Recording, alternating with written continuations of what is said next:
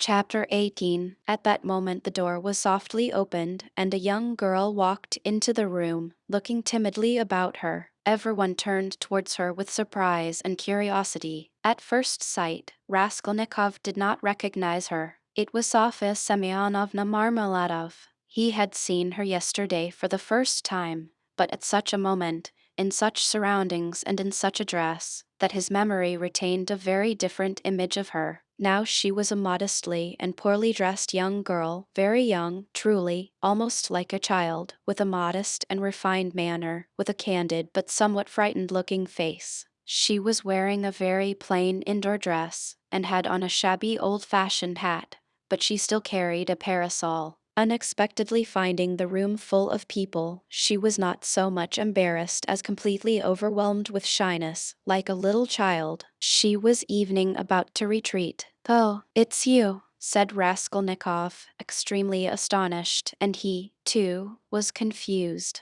He at once recollected that his mother and sister knew through Lushin's letter of some young woman of notorious behavior. He had only just been protesting against Lushin's calumny and declaring that he had seen the girl last night for the first time, and suddenly she had walked in. He remembered, too, that he had not protested against the expression of notorious behavior. All this passed vaguely and fleetingly through his brain, but looking at her more intently, he saw that the humiliated creature was so humiliated that he felt suddenly sorry for her. When she made a movement to retreat in terror, it sent a pang to his heart. "I did not expect you," he said hurriedly, with a look that made her stop. "Please sit down. You come, no doubt, from Katerina Ivanovna. Allow me. Not there. Sit here." At Sonia's entrance, Razumihin, who had been sitting on one of Raskolnikov's 3 chairs, close to the door, got up to allow her to enter. Raskolnikov had at first shown her the place on the sofa where Zosimov had been sitting,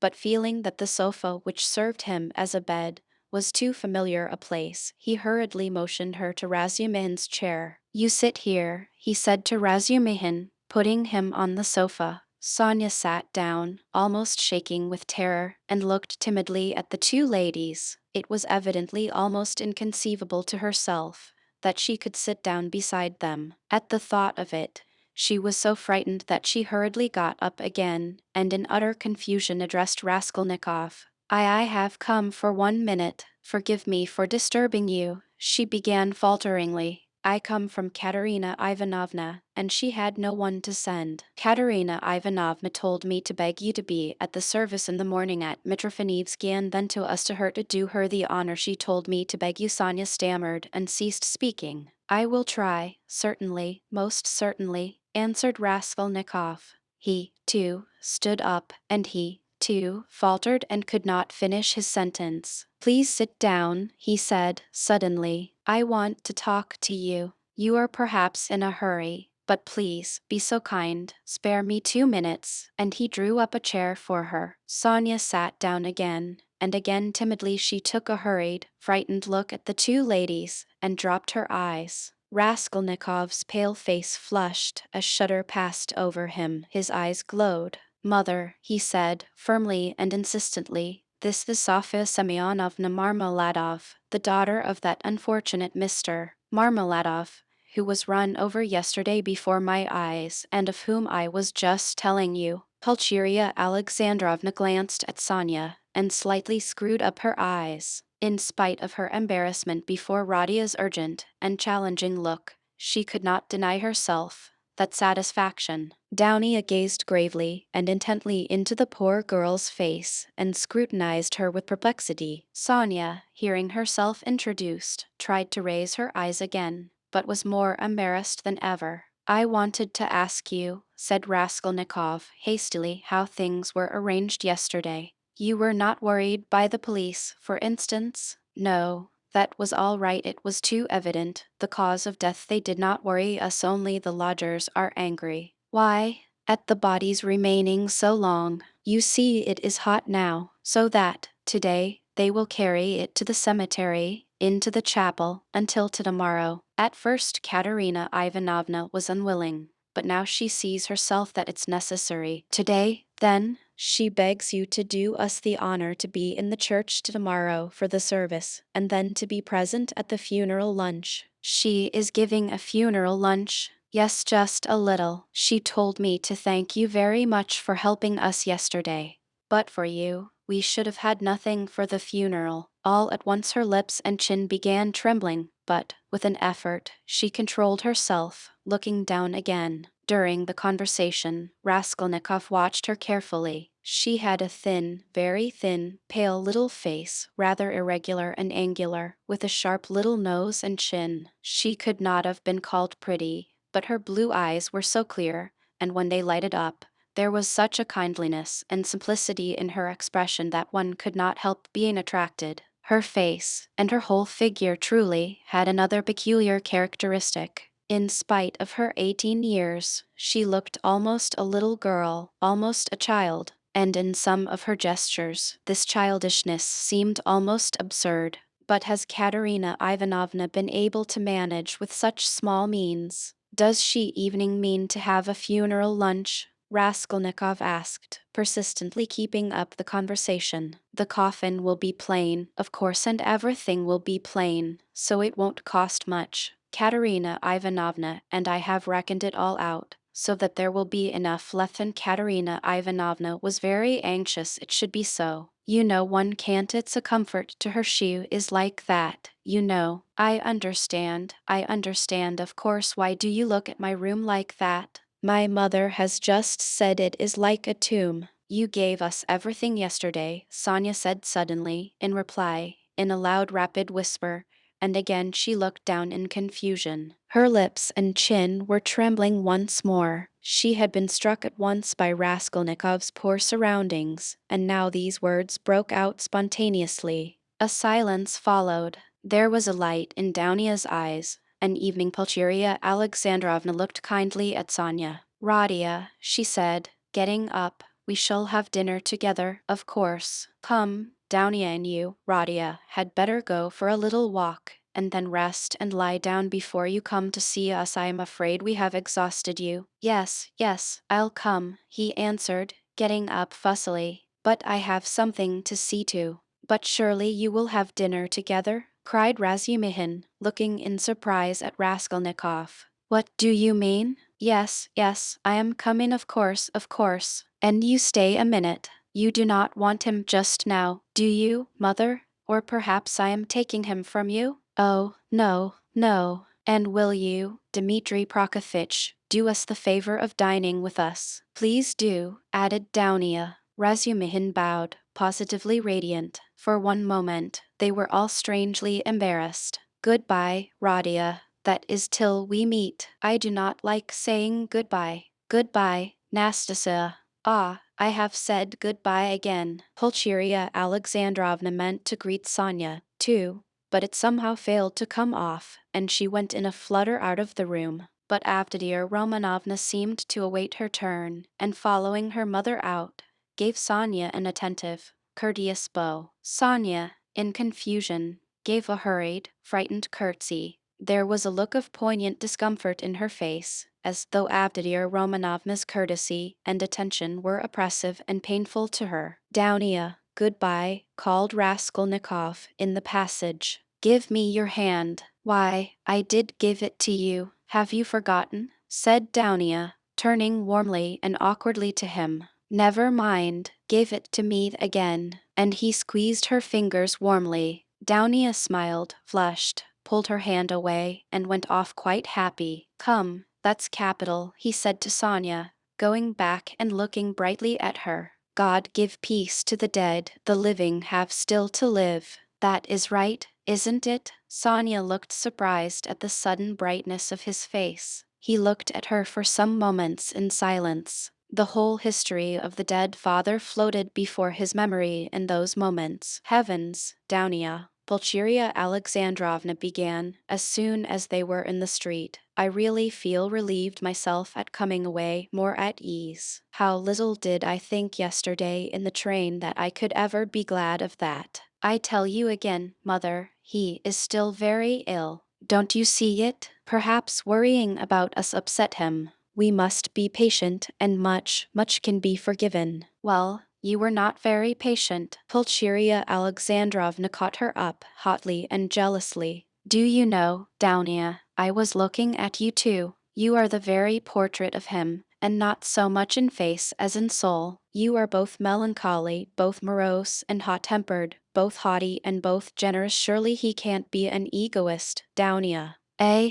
When I think of what is in store for us this evening, my heart sinks. Don't be uneasy, mother. What must be, will be. Downia, only think what a position we are in. What if Pyotr Petrovitch breaks it off? Poor Pulcheria Alexandrovna blurted out, incautiously. He won't be worth much if he does, answered Downia, sharply and contemptuously. We did well to come away. Pulcheria Alexandrovna hurriedly broke in. He was in a hurry about some business or other. If he gets out and has a breath of air, it is fearfully close in his room, but where is one to get a breath of air here? The very streets here feel like shut-up rooms. Good heavens, what a town! Stay this side, they will crush you, carrying something. Why, it is a piano they have got. I declare how they push. I am very much afraid of that young woman, too. What young woman, mother? Why, that Sofya Semyonovna, who was there just now. Why, I have a presentiment, Downia. Well, you may believe it or not, but as soon as she came in, that very minute, I felt that she was the chief cause of the trouble. Nothing of the sort, cried Downia, in vexation. What nonsense, with your presentiments, mother. He only made her acquaintance the evening before, and he did not know her. When she came in, well, you will see, she worries me, but you will see, I was so frightened. She was gazing at me with those eyes. I could scarcely sit still in my chair when he began introducing her. Do you remember? It seems so strange, but Pyotr Petrovitch writes like that about her, and he introduces her to us, to you, so he must think a great deal of her. People will write anything. We were talked about and written about, too. Have you forgotten? I am sure that she is a good girl and that it is all nonsense. God grant it may be. And Pyotr Petrovitch is a contemptible slanderer, Downia snapped out, suddenly. Pulcheria Alexandrovna was crushed. The conversation was not resumed. I will tell you what I want with you, said Raskolnikov, drawing Razumihin to the window. Then I will tell Katerina Ivanovna that you are coming, Sonia said hurriedly, preparing to depart. 1 minute, Sofya Semyonovna. We have no secrets. You are not in our way. I want to have another word or two with you. Listen, he turned suddenly to Razumihin again. You know that what's his name, Porfiry Petrovitch? I should think so. He is a relation. Why? Added the latter, with interest. Is not he managing that case you know, about that murder? You were speaking about it yesterday. Yes, well, Razumihin's eyes opened wide. He was inquiring for people who had pawned things, and I have some pledges there, too, trifles, a ring my sister gave me as a keepsake when I left home, and my father's silver watch. They are only worth 5 or 6 rubles altogether, but I value them. So what am I to do now? I do not want to lose the things, especially the watch. I was quaking just now, for fear mother would ask to look at it, when we spoke of Downia's watch. It is the only thing of father's left us. She would be ill if it were lost. You know what women are, so tell me what to do. I know I ought to have given notice at the police station, but would it not be better to go straight to Porfiry? Eh? What do you think? The matter may be settled more quickly. You see, mother may ask for it before dinner. Certainly not to the police station. Certainly to Porfiry. Razumihin shouted in extraordinary excitement. Well, how glad I am. Let us go at once. It is a couple of steps. We shall be sure to find him. Very well, let us go. And he will be very, very glad to make your acquaintance. I have often talked to him of you at different times. I was speaking of you yesterday. Let us go. So you knew the old woman? So that's it.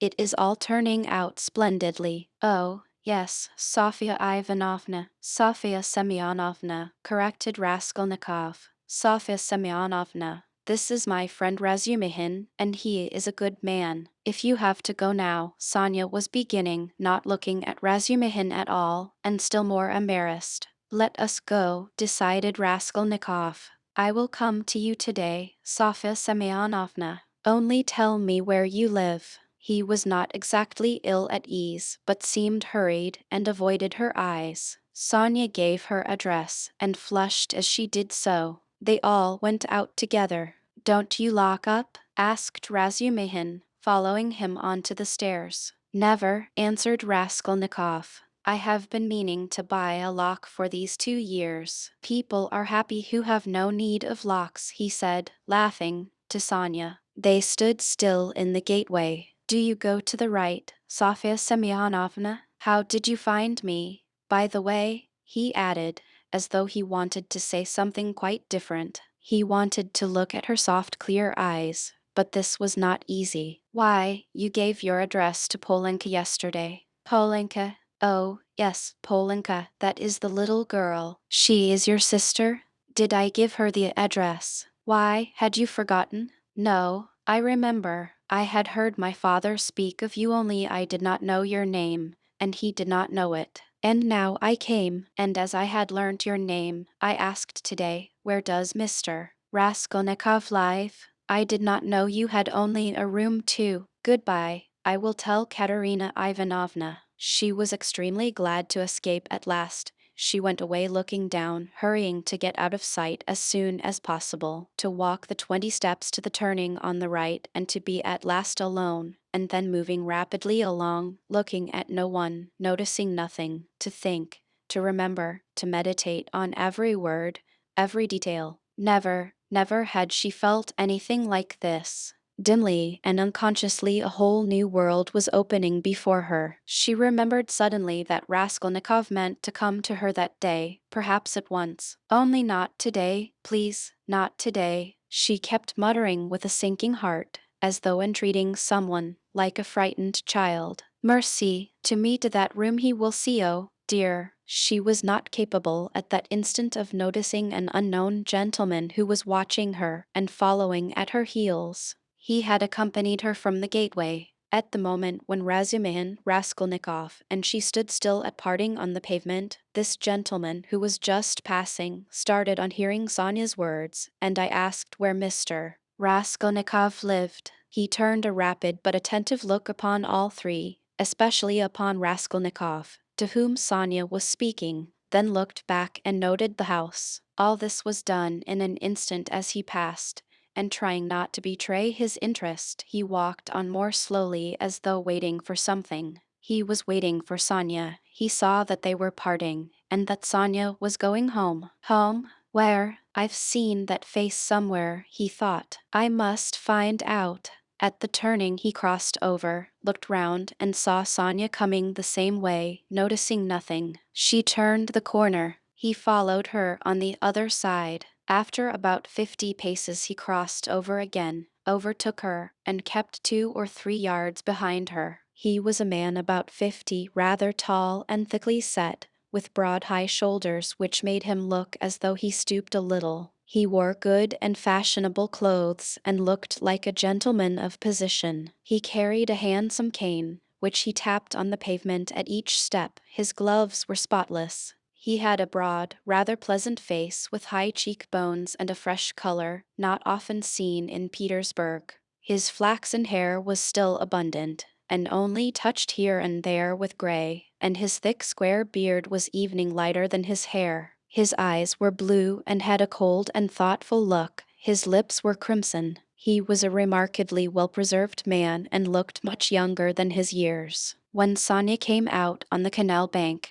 they were the only 2 persons on the pavement. He observed her dreaminess and preoccupation. On reaching the house where she lodged, Sonia turned in at the gate. He followed her, seeming rather surprised. In the courtyard she turned to the right corner. Bah! Muttered the unknown gentleman and mounted the stairs behind her. Only then Sonia noticed him. She reached the 3rd story, turned down the passage, and rang at No. 9. On the door was inscribed in chalk, Kapernaumov, tailor. Bah! the stranger repeated again, wondering at the strange coincidence, and he rang next door, at No. 8. The doors were 2 or 3 yards apart. You lodge at Kapernaum's, he said, looking at Sonia and laughing. He altered a waistcoat for me yesterday. I am staying close here at Madame Reslick's. How odd. Sonia looked at him attentively. We are neighbors, he went on gaily. I only came to town the day before yesterday.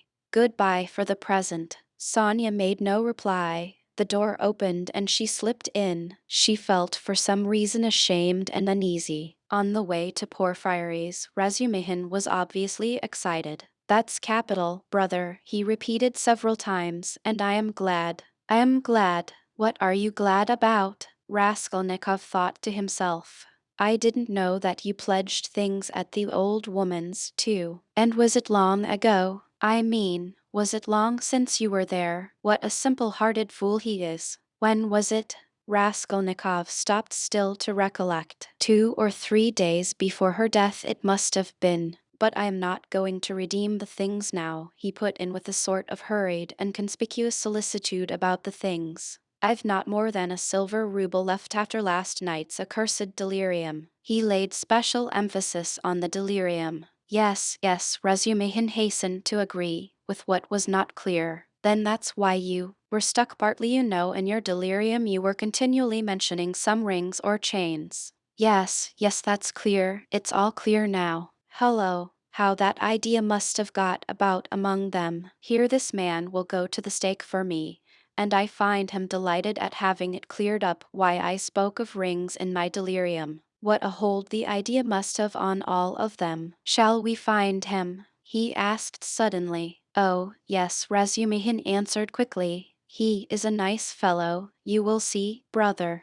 Rather clumsy, that is to say, he is a man of polished manners, but I mean clumsy in a different sense. He is an intelligent fellow, very much so truly, but he has his own range of ideas. He is incredulous, skeptical, cynical. He likes to impose on people, or rather to make fun of them. His is the old, circumstantial method, but he understands his work thoroughly. Last year he cleared up a case of murder in which the police had hardly a clue. He is very, very anxious to make your acquaintance. On what grounds is he so anxious? Oh, it's not exactly, you see. Since you've been ill I happen to have mentioned you several times, so when he heard about you, about your being a law student and not able to finish your studies, he said, what a pity, and so I concluded from everything together. Not only that, yesterday Zametov, you know, Radia, I talked some nonsense on the way home to you yesterday, when I was drunk. I am afraid, brother, of your exaggerating it. You see, what? That they think I am a madman? Maybe they are right, he said with a constrained smile. Yes, that is, pooh, no, but all that I said, and there was something else too, it was all nonsense, drunken nonsense. But why are you apologizing? I am so sick of it all, Raskolnikov cried with exaggerated irritability. It was partly assumed, however. I know, I understand. Believe me, I understand. One's ashamed to speak of it. If you are ashamed, then don't speak of it. Both were silent. Razumihin was more than ecstatic, and Raskolnikov perceived it with repulsion. He was alarmed, too, by what Razumihin had just said about Porfiry. I shall have to pull a long face with him too, he thought, with a beating heart, and he turned white, and do it naturally, too. But the most natural thing would be to do nothing at all. Carefully do nothing at all. No, carefully would not be natural again. Oh, well, we shall see how it turns out. We shall see directly. Is it a good thing to go or not? The butterfly flies to the light. My heart is beating. That's what's bad. In this grey house, said Razumihin, the most important thing, does Porfiry know that I was at the old hag's flat yesterday and asked about the blood? I must find that out instantly, as soon as I go in, find out from his face. Otherwise I'll find out if it's my ruin. I say, brother, he said suddenly, addressing Razumihin with a sly smile, I have been noticing all day that you seem to be curiously excited. Isn't it so? Excited? Not a bit of it, said Razumihin, stung to the quick. Yes, brother, I assure you it's noticeable. Why, you sat on your chair in a way you never do sit, on the edge somehow, and you seemed to be writhing all the time. You kept jumping up for nothing. One moment you were angry, and the next your face looked like a sweetmeat. You evening blushed, especially when you were invited to dinner. You blushed awfully. Nothing of the sort. Nonsense. What do you mean? But why are you wriggling out of it, like a schoolboy? By Jove, there he's blushing again. What a pig you are! But why are you so shamefaced about it? Romeo, stay, I'll tell of you today. Ha ha ha. I'll make mother laugh and someone else, too. Listen, listen, listen. This is serious. What next, you fiend? Razumihin was utterly overwhelmed, turning cold with horror. What will you tell them? Come, brother Fu. What a pig you are. You are like a summer rose. And, if only you knew how it suits you, a Romeo over 6 foot high. And how you've washed today. You cleaned your nails, I declare. Eh? That's something unheard of. Why, I do believe you've got pomatum on your hair. Bend down, pig. Raskolnikov laughed as though he could not restrain himself. So laughing, they entered Porfiry Petrovitch's flat. This is what Raskolnikov wanted. From within they could be heard laughing as they came in, still guffawing in the passage. Not a word here or I'll. Chapter 19. Raskolnikov was already entering the room. He came in looking as though he had the utmost difficulty not to burst out laughing again. Behind him Razumihin strode in gawky and awkward, shamefaced and red as a peony, with an utterly crestfallen and ferocious expression. His face and whole figure really were ridiculous at that moment and amply justified Raskolnikov's laughter. Raskolnikov, not waiting for an introduction, bowed to Porfiry Petrovitch, who stood in the middle of the room looking inquiringly at them. He held out his hand and shook hands, still apparently making desperate efforts to subdue his mirth and utter a few words to introduce himself. But he had no sooner succeeded in assuming a serious air and muttering something, when he suddenly glanced again as though accidentally at Razumihin, and could no longer control himself. His stifled laughter broke out the more irresistibly the more he tried to restrain it. The extraordinary ferocity with which Razumihin received this spontaneous mirth gave the whole scene the appearance of most genuine fun and naturalness. Razumihin strengthened this impression as though on purpose. "Fool, you fiend," he roared, waving his arm, which at once struck a little round table with an empty tea-glass on it. Everything was sent flying and crashing. "But why break chairs, gentlemen? You know it's a loss to the crown," Porfiry Petrovitch quoted gaily. Raskolnikov was still laughing, with his hand in Porfiry Petrovitch's, but anxious not to overdo it, awaited the right moment to put a natural end to it. Razumihin, completely put to confusion by upsetting the table and smashing the glass, gazed gloomily at the fragments, cursed and turned sharply to the window where he stood looking out with his back to the company with a fiercely scowling countenance. Seeing nothing, Porfiry Petrovitch laughed,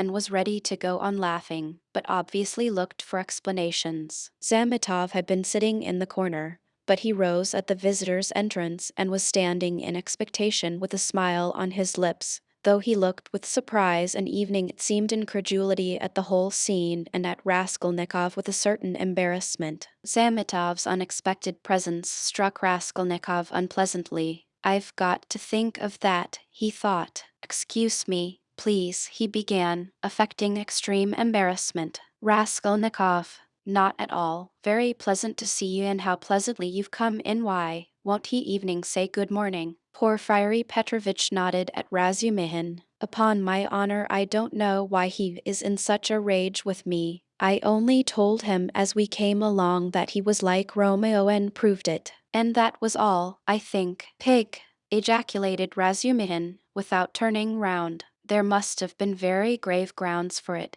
if he is so furious at the word." Porfiry laughed. "Oh, you sharp lawyer! Damn you all!" snapped Razumihin, and suddenly bursting out laughing himself, he went up to Porfiry with a more cheerful face as though nothing had happened. "That'll do. We are all fools. To come to business. This is my friend Rodion Romanovich Raskolnikov. In the first place, he has heard of you and wants to make your acquaintance, and secondly, he has a little matter of business with you. Bah, Samitov, what brought you here? Have you met before? Have you known each other long? What does this mean? Thought Raskolnikov uneasily. Samitov seemed taken aback, but not very much so. Why, it was at your rooms we met yesterday, he said easily. Then I have been spared the trouble. All last week he was begging me to introduce him to you. Porfiry, and you have sniffed each other out without me. Where is your tobacco? Porfiry Petrovitch was wearing a dressing gown, very clean linen, and trodden-down slippers. He was a man of about 35, short, stout, evening to corpulence, and clean-shaven. He wore his hair cut short, and had a large round head, particularly prominent at the back. His soft, round, rather snub-nosed face was of a sickly yellowish color, but had a vigorous and rather ironical expression. It would have been good-natured except for a look in the eyes, which shone with a watery, mawkish light under almost white, blinking eyelashes. The expression of those eyes was strangely out of keeping with his somewhat womanish figure, and gave it something far more serious than could be guessed at first sight. As soon as Porfiry Petrovitch heard that his visitor had a little matter of business with him, he begged him to sit down on the sofa and sat down himself on the other end, waiting for him to explain his business, with that careful and over-serious attention which is at once oppressive and embarrassing, especially to a stranger, and especially if what you are discussing is in your opinion of far too little importance for such exceptional solemnity. But in brief and coherent phrases Raskolnikov explained his business clearly and exactly, and was so well satisfied with himself that he evening succeeded in taking a good look at Porfiry. Porfiry Petrovitch did not once take his eyes off him. Razumihin, sitting opposite at the same table, listened warmly and impatiently, looking from one to the other every moment with rather excessive interest. Fool, Raskolnikov swore to himself. You have to give information to the police, Porfiry replied, with a most business-like air, that having learnt of this incident, that is of the murder, you beg to inform the lawyer in charge of the case that such and such things belong to you, and that you desire to redeem them but they will write to you. That's just the point. That at the present moment, Raskolnikov tried his utmost to feign embarrassment. I am not quite in funds, and evening this trifling sum is beyond me. I only wanted, you see, for the present to declare that the things are mine, and that when I have money, that's no matter, answered Porfiry Petrovitch, receiving his explanation of his pecuniary position coldly, but you can, if you prefer, write straight to me, to say that having been informed of the matter, and claiming such and such as your property, you beg, on an ordinary sheet of paper.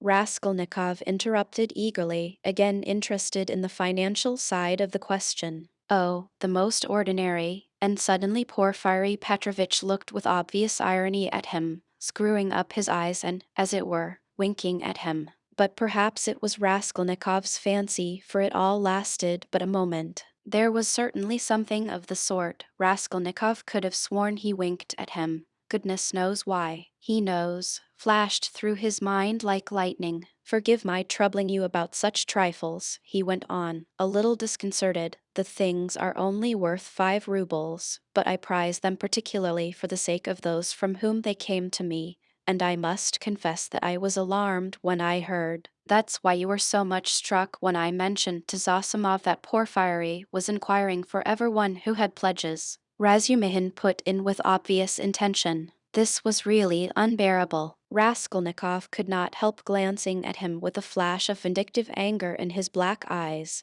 but immediately recollected himself. You seem to be jeering at me, brother, he said to him, with a well-feigned irritability. I dare say I do seem to you absurdly anxious about such trash, but you mustn't think me selfish or grasping for that, and these 2 things may be anything but trash in my eyes. I told you just now that the silver watch, though it's not worth a cent, is the only thing left us of my father's. You may laugh at me, but my mother is here. He turned suddenly to Porfiry, and if she knew, he turned again hurriedly to Razumihin, carefully making his voice tremble, that the watch was lost, she would be in despair. You know what women are. Not a bit of it. I didn't mean that at all. Quite the contrary, shouted Razumihin distressed. Was it right? Was it natural? Did I overdo it? Raskolnikov asked himself in a tremor. Why did I say that about women? Oh, your mother is with you? Porfiry Petrovitch inquired.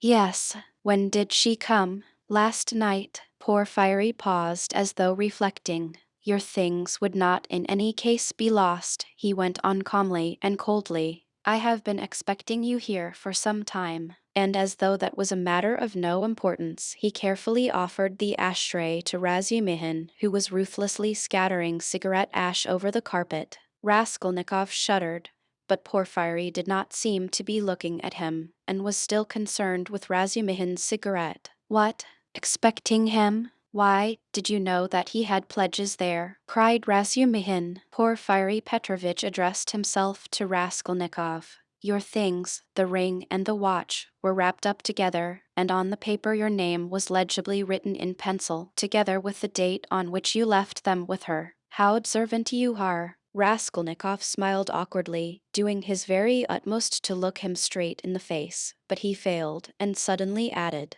I say that because I suppose there were a great many pledges, that it must be difficult to remember them all, but you remember them all so clearly, and stupid, feeble, he thought. Why did I add that?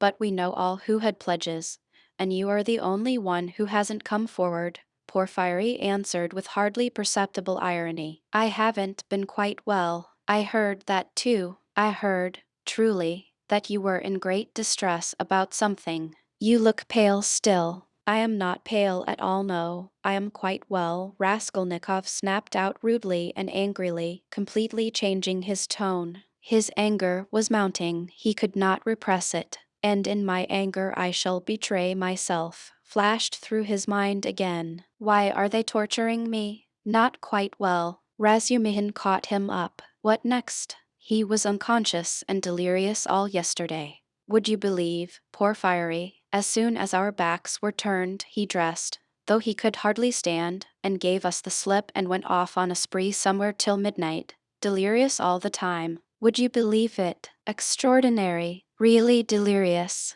You don't say so. Porfiry shook his head in a womanish way. Nonsense. Don't you believe it? But you don't believe it anyway, Raskolnikov let slip in his anger. But Porfiry Petrovitch did not seem to catch those strange words. But how could you have gone out if you hadn't been delirious? Razumihin got hot suddenly. What did you go out for? What was the object of it? And why on the sly? Were you in your senses when you did it? Now that all danger is over I can speak plainly. I was awfully sick of them yesterday. Raskolnikov addressed Porfiry suddenly with a smile of insolent defiance. I ran away from them to take lodgings where they wouldn't find me, and took a lot of money with me. Mr. Zametov there saw it. I say, Mr. Zametov, was I sensible or delirious yesterday? Settle our dispute. He could have strangled Zametov at that moment, so hateful were his expression and his silence to him. In my opinion you talked sensibly and evening artfully, but you were extremely irritable, Zametov pronounced dryly. And Nikodim Fomitch was telling me today, put in Porfiry Petrovitch, that he met you very late last night in the lodging of a man who had been run over. And there, said Razumihin, weren't you mad then? You gave your last penny to the widow for the funeral. If you wanted to help, give 15 or 20 evening, but keep 3 rubles for yourself at least. But he flung away all the 25 at once. Maybe I found a treasure somewhere and you know nothing of it, so that's why I was liberal yesterday, Mr. Zametov knows I've found a treasure. Excuse us, please, for disturbing you for half an hour with such trivialities, he said, turning to Porfiry Petrovitch, with trembling lips. We are boring you, aren't we? Oh no, quite the contrary, quite the contrary. If only you knew how you interest me. It's interesting to look on and listen, and I am really glad you have come forward at last. But you may give us some tea. My throat's dry, cried Razumihin. Capital idea. Perhaps we will all keep you company. Wouldn't you like something more essential before tea? Get along with you. Porfiry Petrovitch went out to order tea. Raskolnikov's thoughts were in a whirl. He was in terrible exasperation. The worst of it is they don't disguise it. They don't care to stand on ceremony. And how, if you didn't know me at all, did you come to talk to Nikodim Fomitch about me? So they don't care to hide that they are tracking me like a pack of dogs. They simply spit in my face. He was shaking with rage. Come, strike me openly. Don't play with me like a cat with a mouse. It's hardly civil, Porfiry Petrovitch, but perhaps I won't allow it. I shall get up and throw the whole truth in your ugly faces, and you'll see how I despise you. He could hardly breathe. And what if it's only my fancy? What if I am mistaken, and through inexperience I get angry and don't keep up my nasty part? Perhaps it's all unintentional. All their phrases are the usual ones, but there is something about them, it all may be said, but there is something. Why did he say bluntly, with her? Why did Zametov add that I spoke artfully? Why do they speak in that tone? Yes, the tone. Razumihin is sitting here. Why does he see nothing? That innocent blockhead never does see anything. Feverish again. Did Porfiry wink at me just now? Of course it's nonsense. What could he wink for? Are they trying to upset my nerves or are they teasing me? Either it's ill fancy or they know. Evening. Zametov is Rudy's Zametov rude? Zametov has changed his mind. I foresaw he would change his mind. He is at home here, while it's my first visit. Porfiry does not consider him a visitor, sits with his back to him. They're as thick as thieves, no doubt, over me. Not a doubt they were talking about me before we came. Do they know about the flat? If only they'd make haste. When I said that I ran away to take a flat, he let it pass. I put that in cleverly about a flat. It may be of use afterwards. Delirious. Truly, ha ha ha. He knows all about last night. He didn't know of my mother's arrival. The hag had written the date on in pencil. You are wrong. You won't catch me. There are no facts, it's all supposition. You produce facts. The flat evening isn't a fact, but delirium. I know what to say to them. Do they know about the flat? I won't go without finding out. What did I come for? But my being angry now, maybe, is a fact. Fool, how irritable I am. Perhaps that's right. To play the invalid, he is feeling me. He will try to catch me. Why did I come? All this flashed like lightning through his mind. Porfiry Petrovitch returned quickly. He became suddenly more jovial. Your party yesterday, brother, has left my head rather, and I am out of sorts altogether, he began in quite a different tone, laughing to Razumihin. Was it interesting? I left you yesterday at the most interesting point. Who got the best of it? Oh, no one, of course. They got onto everlasting questions, floated off into space. Only fancy, Radia, what we got onto yesterday. Whether there is such a thing as crime. I told you that we talked our heads off. What is there strange?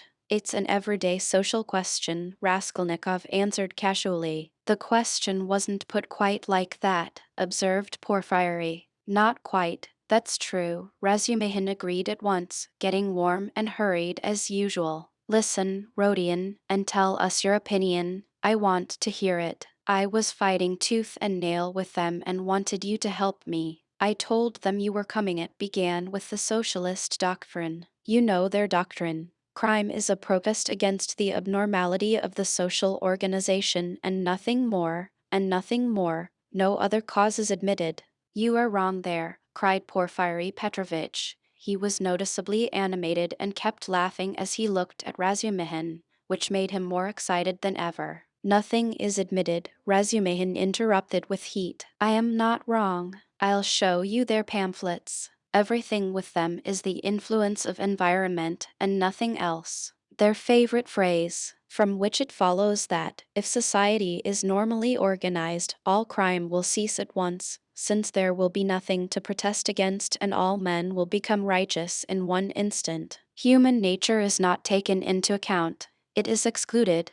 It's not supposed to exist. They don't recognize that humanity, developing by a historical living process, will become at last a normal society. but they believe that a social system that has come out of some mathematical brain is going to organize all humanity at once and make it just and sinless in an instant, quicker than any living process. That's why they instinctively dislike history, nothing but ugliness and stupidity in it, and they explain it all as stupidity. That's why they so dislike the living process of life. They don't want a living soul. The living soul demands life. The soul won't obey the rules of mechanics. The soul is an object of suspicion. The soul is retrograde.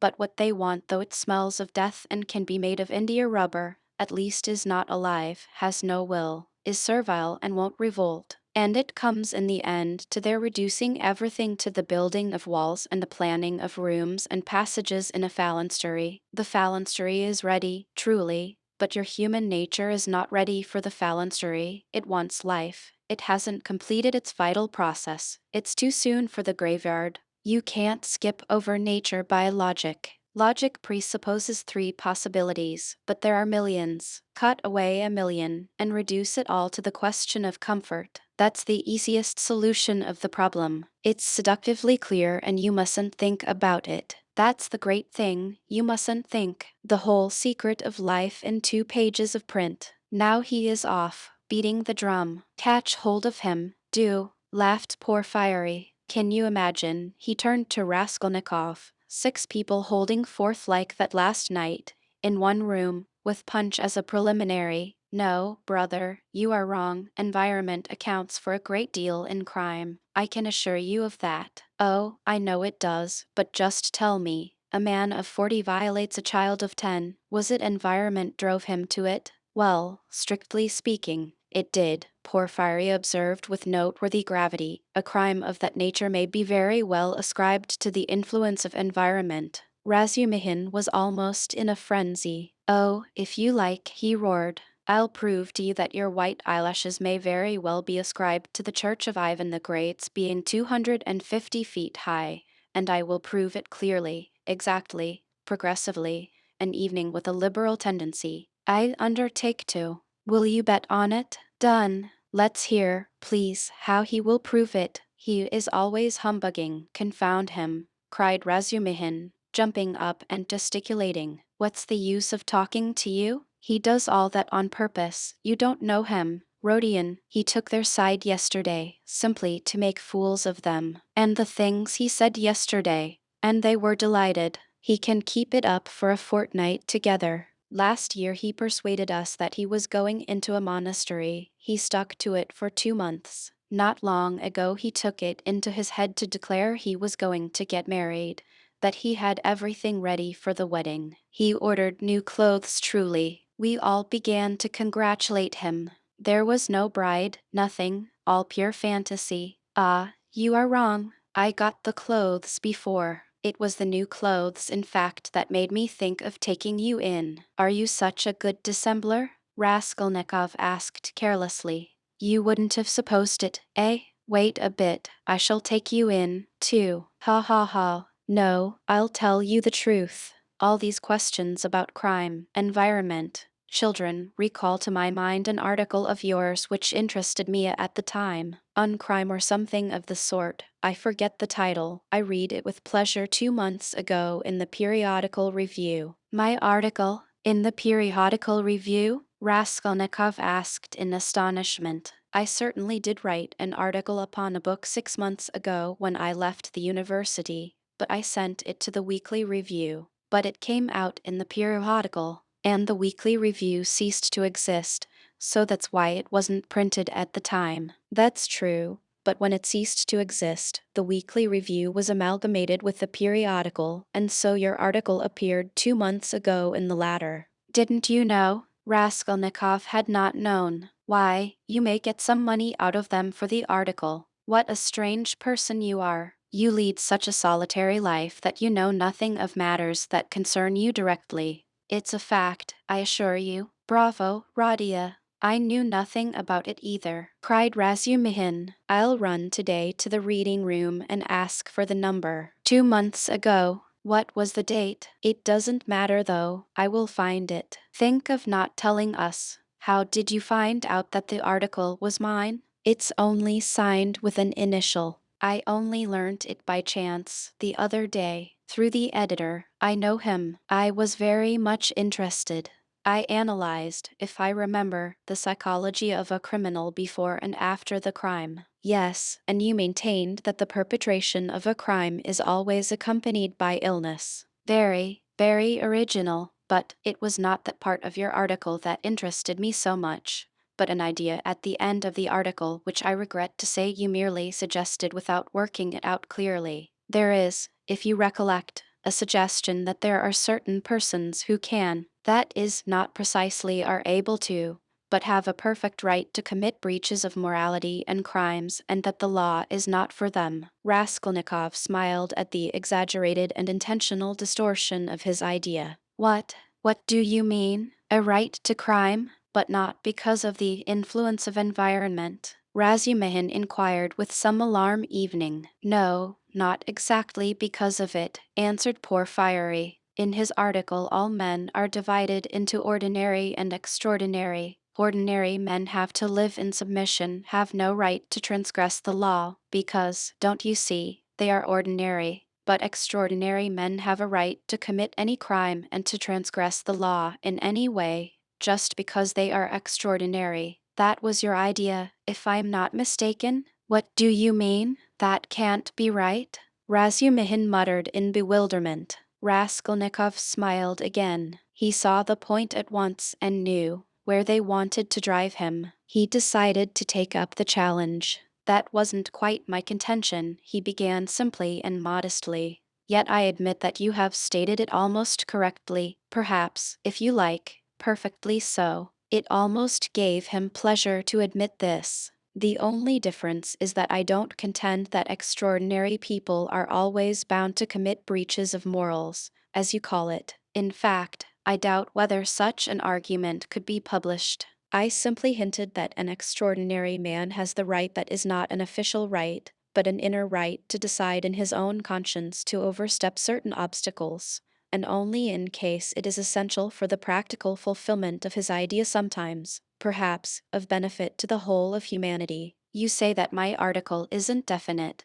I am ready to make it as clear as I can. Perhaps I am right in thinking you want me to. Very well. I maintain that if the discoveries of Kepler and Newton could not have been made known except by sacrificing the lives of one, a dozen, 100, or more men, Newton would have had the right, would truly have been in duty bound to eliminate the dozen or the 100 men for the sake of making his discoveries known to the whole of humanity. But it does not follow from that Newton had a right to murder people right and left and to steal every day in the market. Then, I remember, I maintain in my article that all, legislators and leaders of men, such as Lycurgus, Solon, Mahomet, Napoleon, and so on, were all without exception criminals, from the very fact that, making a new law, they transgressed the ancient one handed down from their ancestors and held sacred by the people, and they did not stop short at bloodshed either, if that bloodshed, often of innocent persons fighting bravely in defense of ancient law, were of use to their cause. It's remarkable, in fact, that the majority, truly, of these benefactors and leaders of humanity were guilty of terrible carnage.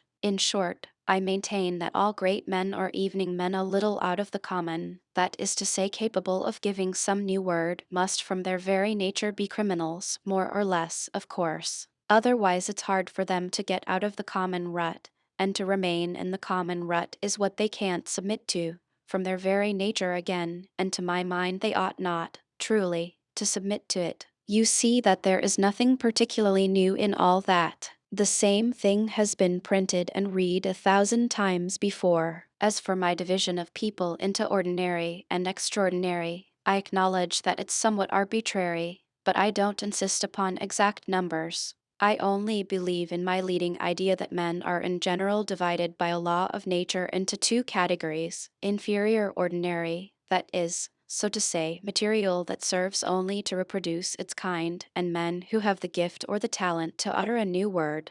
There are, of course, innumerable subdivisions, but the distinguishing features of both categories are fairly well marked. The first category, generally speaking, are men conservative in temperament and law-abiding. They live under control and love to be controlled. To my thinking, it is their duty to be controlled, because that's their vocation, and there is nothing humiliating in it for them. The second category all transgress the law. They are destroyers or disposed to destruction according to their capacities. The crimes of these men are of course relative and varied. For the most part, they seek in very varied ways the destruction of the present for the sake of the better. But if such a one is forced for the sake of his idea to step over a corpse or wade through blood, he can, I maintain, find within himself, in his conscience, a sanction for wading through blood that depends on the idea and its dimensions. Note that. It's only in that sense I speak of their right to crime in my article. You remember it began with the legal question. There's no need for such anxiety, however. The masses will scarcely ever admit this right. They punish them or hang them more or less, and in doing so fulfill quite justly their conservative vocation. But the same masses set these criminals on a pedestal in the next generation and worship them more or less. The first category is always the man of the present, the second the man of the future. The first preserve the world and people it, the second move the world and lead it to its goal. Each class has an equal right to exist. In fact, all have equal rights with me, and vive la guerre éternelle, till the New Jerusalem, of course. Then you believe in the New Jerusalem, do you? I do, Raskolnikov answered firmly, as he said these words, and during the whole preceding tirade he kept his eyes on one spot on the carpet. And do you believe in God? Excuse my curiosity. I do, repeated Raskolnikov, raising his eyes to Porfiry. And do you believe in Lazarus rising from the dead? I do. Why do you ask all this? You believe it literally? Literally. You don't say so, I asked from curiosity. Excuse me, but let us go back to the question. They are not always executed. Some, on the contrary, triumph in their lifetime. Oh, yes, some attain their ends in this life, and then they begin executing other people, if it's necessary. Truly, for the most part they do. Your remark is very witty. Thank you. But tell me this, how do you distinguish those extraordinary people from the ordinary ones? Are there signs at their birth? I feel there ought to be more exactitude, more external definition. Excuse the natural anxiety of a practical law-abiding citizen, but couldn't they adopt a special uniform? For instance, couldn't they wear something, be branded in some way? For you know, if confusion arises and a member of one category imagines that he belongs to the other, begins to eliminate obstacles as you so happily expressed it, then, oh, that very often happens. That remark is wittier than the other. Thank you. No reason to. But take note that the mistake can only arise in the first category, that is among the ordinary people, as I perhaps unfortunately called them. In spite of their predisposition to obedience, very many of them, through a playfulness of nature, sometimes vouchsafed evening to the cow, like to imagine themselves advanced people, destroyers, and to push themselves into the new movement, and this quite sincerely. Meanwhile, the really new people are very often unobserved by them, or even despised as reactionaries of groveling tendencies. But I don't think there is any considerable danger here, and you really need not be uneasy, for they never go very far. Of course, they may have a thrashing sometimes for letting their fancy run away with them and to teach them their place, but no more. In fact, evening this isn't necessary, as they castigate themselves, for they are very conscientious. Some perform the service for one another, and others chastise themselves with their own hands. They will impose various public acts of penitence upon themselves with a beautiful and edifying effect. In fact, you've nothing to be uneasy about, it's a law of nature. Well, you have certainly set my mind more at rest on that score. But there's another thing worries me. Tell me, please, are there many people who have the right to kill others, these extraordinary people? I am ready to bow down to them, of course, but you must admit it's alarming if there are a great many of them, eh? Oh, you needn't worry about that either, Raskolnikov went on in the same tone. People with new ideas, people with the faintest capacity for saying something new, are extremely few in number, extraordinarily so in fact. One thing only is clear, that the appearance of all these grades and subdivisions of men must follow with unfailing regularity some law of nature. That law, of course, is unknown at present, but I am convinced that it exists and one day may become known. The vast mass of mankind is mere material, and only exists in order by some great effort, by some mysterious process, by means of some crossing of races and stocks, to bring into the world at last perhaps one man out of 1,000 with a spark of independence. 1 in 10,000 perhaps, I speak roughly, approximately, is born with some independence, and with still greater independence 1 in 100,000. The man of genius is one of millions, and the great geniuses, the crown of humanity, appear on earth perhaps 1 in many thousand millions. In fact, I have not peeped into the retort in which all this takes place, but there certainly is and must be a definite law. It cannot be a matter of chance. Why, are you both joking? Razumihin cried at last. There you sit, making fun of one another. Are you serious, Radia? Raskolnikov raised his pale and almost mournful face and made no reply, and the unconcealed, persistent, nervous, and discourteous sarcasm of Porfiry seemed strange to Razumihin beside that quiet and mournful face.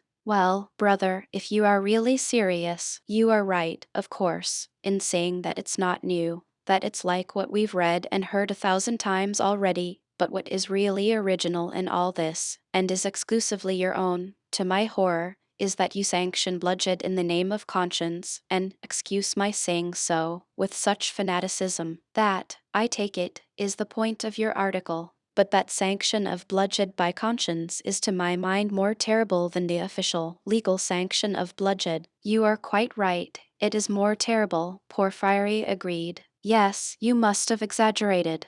There is some mistake, I shall read it. You can't think that. I shall read it. All that is not in the article, there's only a hint of it, said Raskolnikov. Yes, Porfiry couldn't sit still. Your attitude to crime is pretty clear to me now, but, excuse me for my impertinence, I am really ashamed to be worrying you like this. You see, you've removed my anxiety as to the two grades getting mixed.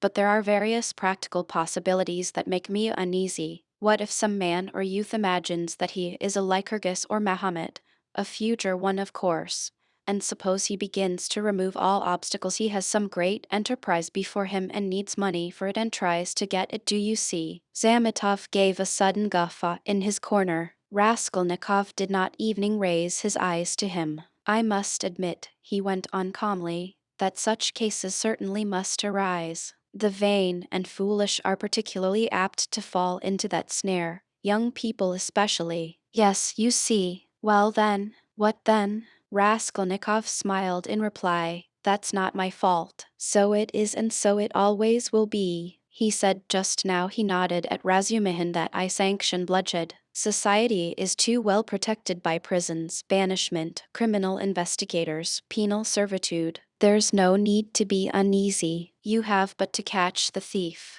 And what if we do catch him? Then he gets what he deserves. You are certainly logical. But what of his conscience? Why do you care about that? Simply from humanity. If he has a conscience, he will suffer for his mistake. That will be his punishment as well as the prison. But the real geniuses, asked Razumihin, frowning, those who have the right to murder, oughtn't they to suffer at all evening for the blood they've shed? Why the word ought? It's not a matter of permission or prohibition. He will suffer if he is sorry for his victim. Pain and suffering are always inevitable for a large intelligence and a deep heart. The really great men must, I think, have great sadness on earth, he added dreamily, not in the tone of the conversation. He raised his eyes, looked earnestly at them all, smiled, and took his cap. He was too quiet by comparison with his manner at his entrance, and he felt this. Everyone got up. Well, you may abuse me, be angry with me if you like, Porfiry Petrovitch began again, but I can't resist. Allow me one little question. I know I am troubling you. There is just one little notion I want to express, simply that I may not forget it. Very good. Tell me your little notion. Raskolnikov stood waiting, pale and grave before him. Well, you see, I really don't know how to express it properly. It's a playful, psychological idea. When you were writing your article, surely you couldn't have helped, hee hee, fancying yourself just a little, an extraordinary man, uttering a new word in your sense. That's so, isn't it? Quite possibly, Raskolnikov answered contemptuously. Razumihin made a movement, and, if so, could you bring yourself in case of worldly difficulties and hardship or for some service to humanity, to overstep obstacles, for instance, to rob and murder? And again he winked with his left eye, and laughed noiselessly just as before. If I did, I certainly should not tell you, Raskolnikov answered with defiant and haughty contempt. No, I was only interested on account of your article, from a literary point of view. Phew! How obvious and insolent that is! Raskolnikov fought with repulsion. Allow me to observe, he answered dryly, that I don't consider myself a Mahomet or a Napoleon, nor any personage of that kind, and not being one of them, I cannot tell you how I should act. Oh, come, don't we all think ourselves Napoleons now in Russia? Porfiry Petrovitch said with alarming familiarity. Something peculiar betrayed itself in the very intonation of his voice. Perhaps it was one of these future Napoleons who did for Alyona Ivanovna last week, Zametov blurted out from the corner. Raskolnikov did not speak, but looked firmly and intently at Porfiry. Razumihin was scowling gloomily. He seemed before this to be noticing something. He looked angrily around. There was a minute of gloomy silence. Raskolnikov turned to go. Are you going already? Porfiry said amiably, holding out his hand with excessive politeness. Very, very glad of your acquaintance. As for your request, have no uneasiness, write just as I told you, or, better still, come to me there yourself in a day or two tomorrow. Truly, I shall be there at 11 o'clock for certain. We'll arrange it all. We'll have a talk. As one of the last to be there, you may perhaps be able to tell us something, he added with a most good-natured expression. You want to cross-examine me officially in due form? Raskolnikov asked sharply. Oh, why? That's not necessary for the present. You misunderstand me. I lose no opportunity, you see, and I've talked with all who had pledges. I obtained evidence from some of them, and you are the last. Yes, by the way, he cried, seemingly suddenly delighted, I just remember, what was I thinking of? He turned to Razumihin. You were talking my ears off about that Nikolay. Of course, I know very well. He turned to Raskolnikov, that the fellow is innocent, but what is one to do? We had to trouble Dmitri too. This is the point, this is all. When you went up the stairs it was past 7, wasn't it? Yes, answered Raskolnikov, with an unpleasant sensation at the very moment he spoke that he need not have said it. Then, when you went upstairs between 7 and 8, didn't you see in a flat that stood open on a second story? Do you remember, 2 workmen, or at least one of them? They were painting there. Didn't you notice them? It's very, very important for them. Painters? No, I didn't see them, Raskolnikov answered slowly, as though ransacking his memory, while at the same instant he was racking every nerve, almost swooning with anxiety to conjecture as quickly as possible where the trap lay and not to overlook anything. No, I didn't see them, and I don't think I noticed a flat like that open. But on the 4th story he had mastered the trap now and was triumphant. I remember now that someone was moving out of the flat opposite Alyona Ivanovna's. I remember it clearly. Some porters were carrying out a sofa, and they squeezed me against the wall. But painters? No, I don't remember that there were any painters, and I don't think that there was a flat open anywhere. No, there wasn't. What do you mean? Razumihin shouted suddenly, as though he had reflected and realized. Why, it was on the day of the murder the painters were at work, and he was there 3 days before. What are you asking? Phew, I have muddled it. Porfiry slapped himself on the forehead.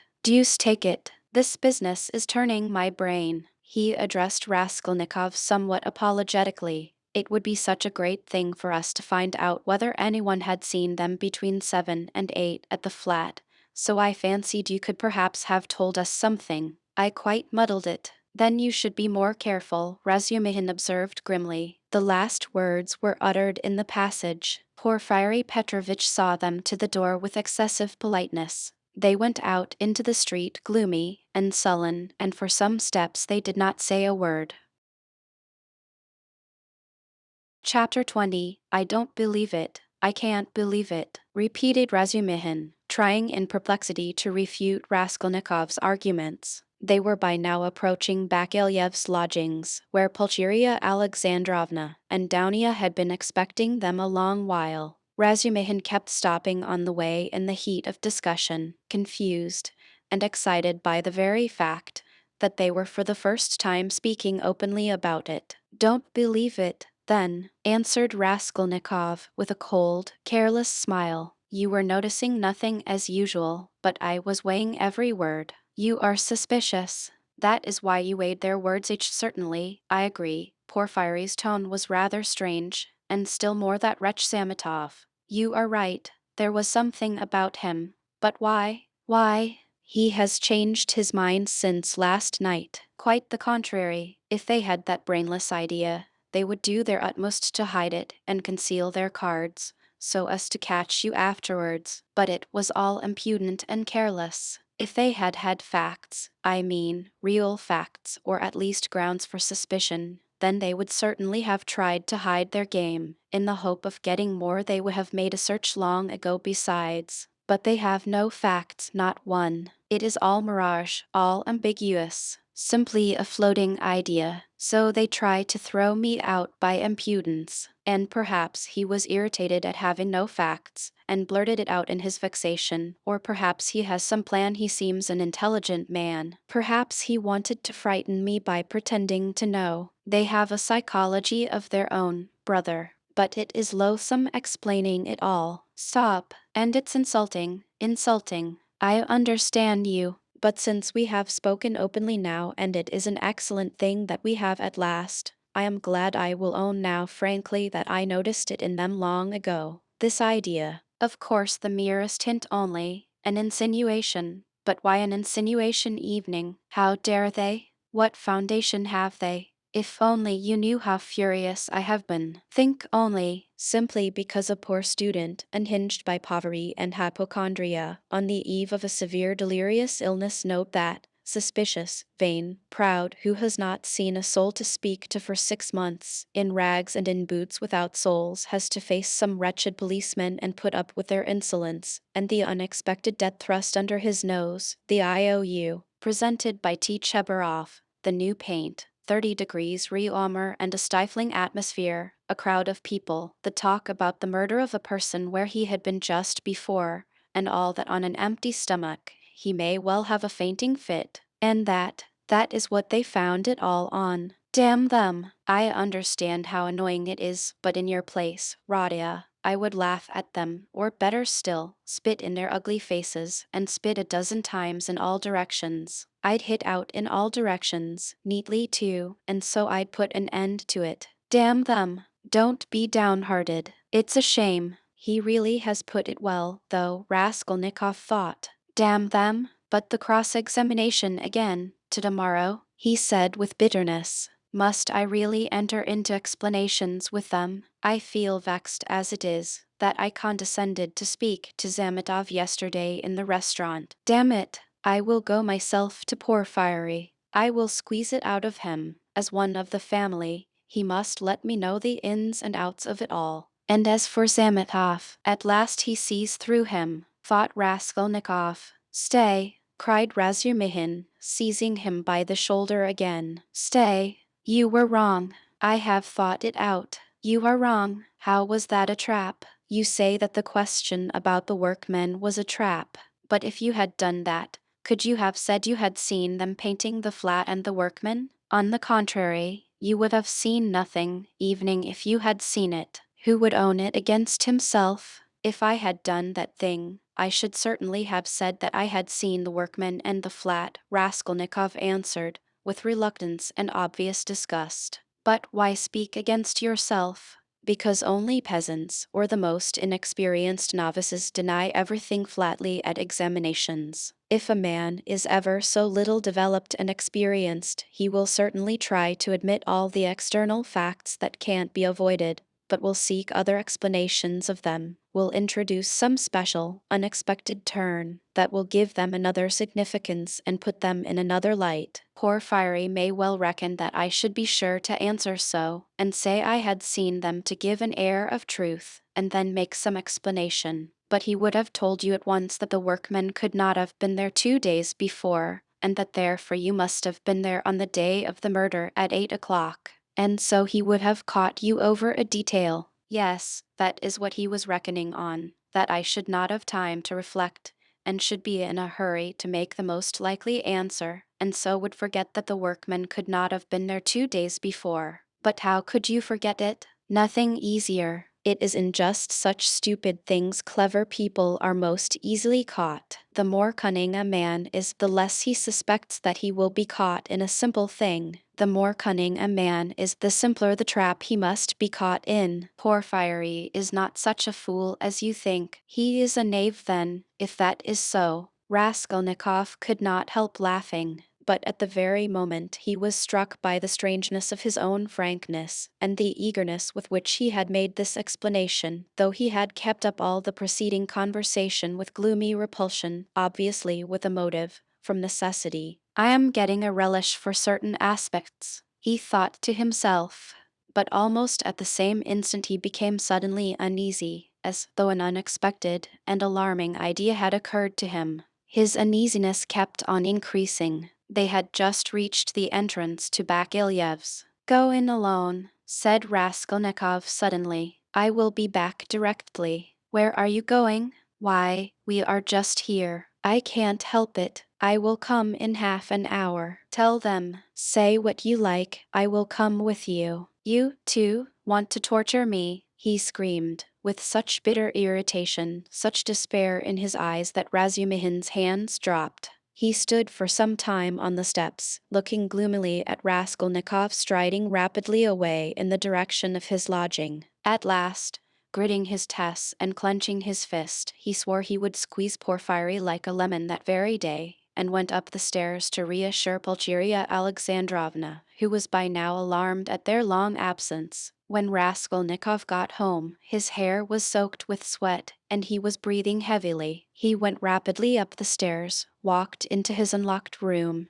and at once fastened the latch. Then, in senseless terror, he rushed to the corner, to that hole under the paper where he had put the things, put his hand in, and for some minutes felt carefully in the hole, in every crack and fold of the paper. Finding nothing, he got up and drew a deep breath.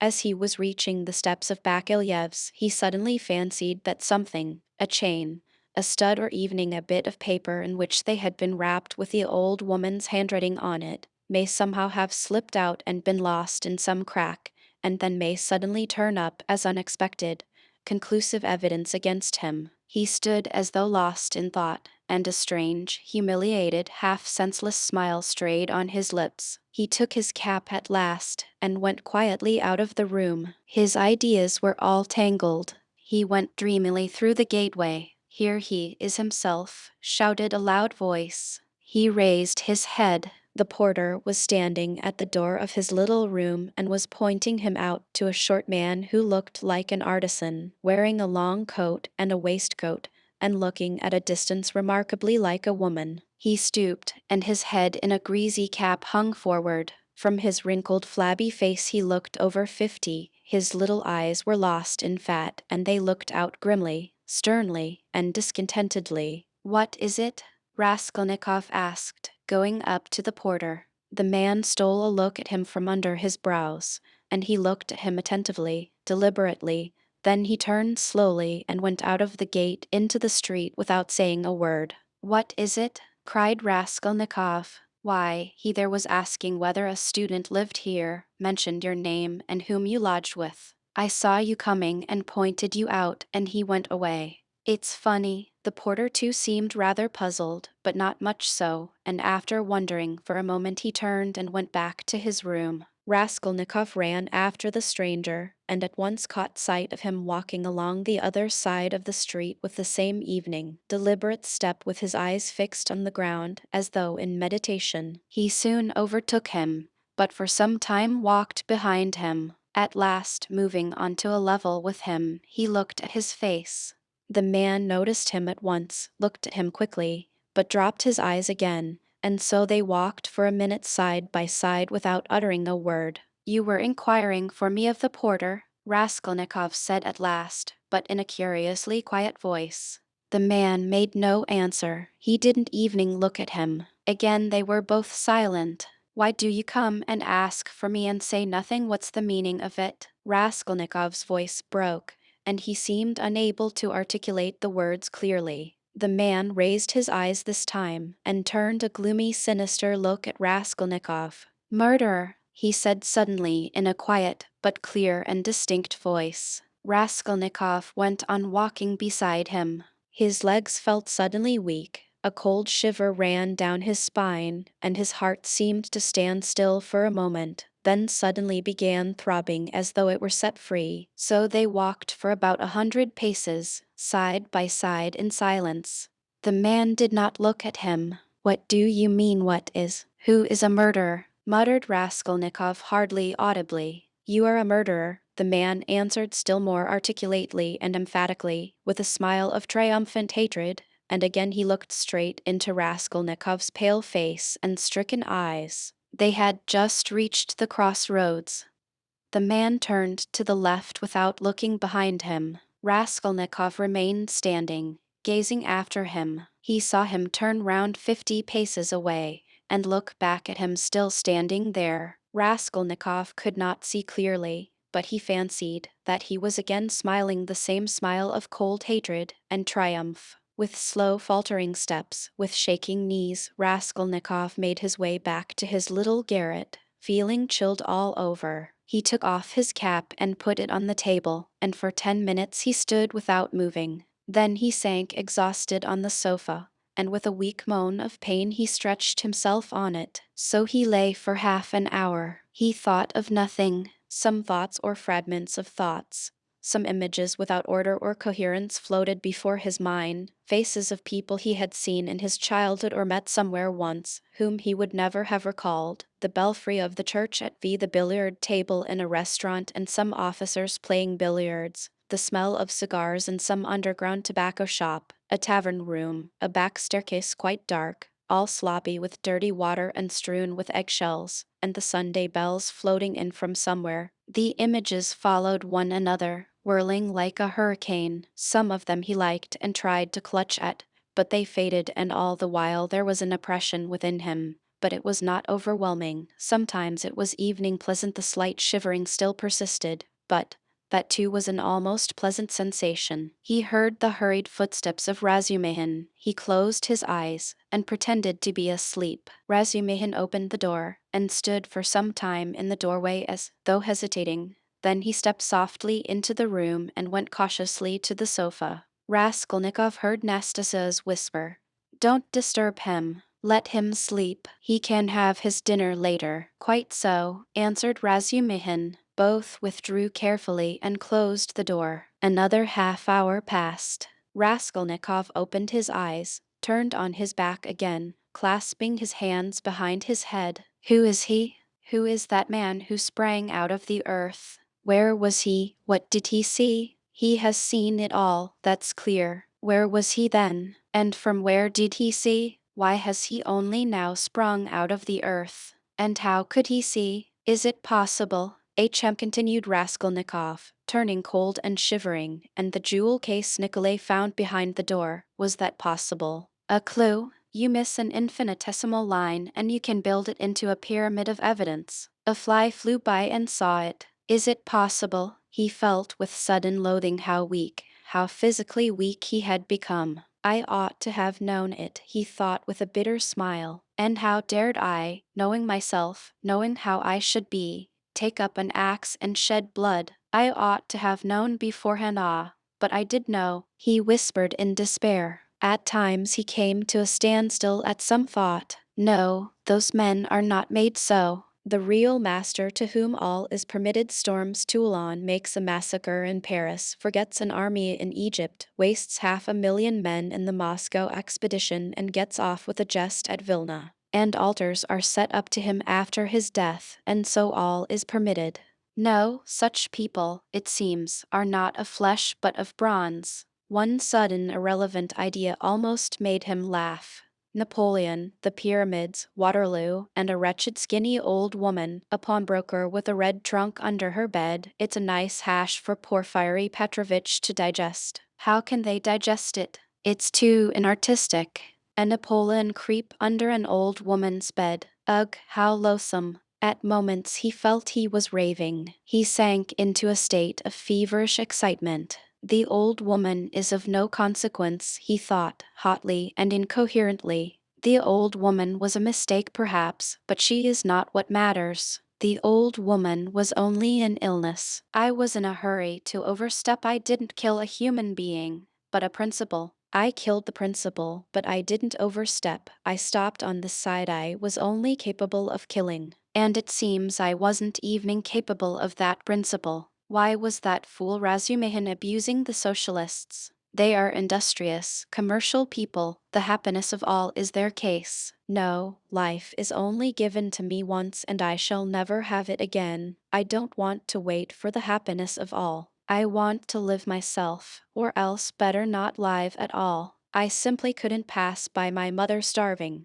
keeping my ruble in my pocket while I waited for the happiness of all. I am putting my little brick into the happiness of all, and so my heart is at peace. Ha ha, why have you let me slip? I only live once. I too want. Etch. I am an aesthetic louse and nothing more, he added suddenly, laughing like a madman. Yes, I am certainly a louse, he went on, clutching at the idea, gloating over it and playing with it with vindictive pleasure. In the first place, because I can reason that I am one, and secondly, because for a month past I have been troubling benevolent Providence, calling it to witness that not for my own fleshly lusts did I undertake it, but with a grand and noble object, ha ha. Thirdly, because I aimed at carrying it out as justly as possible, weighing, measuring, and calculating. Of all the lice I picked out the most useless one and proposed to take from her only as much as I needed for the first step.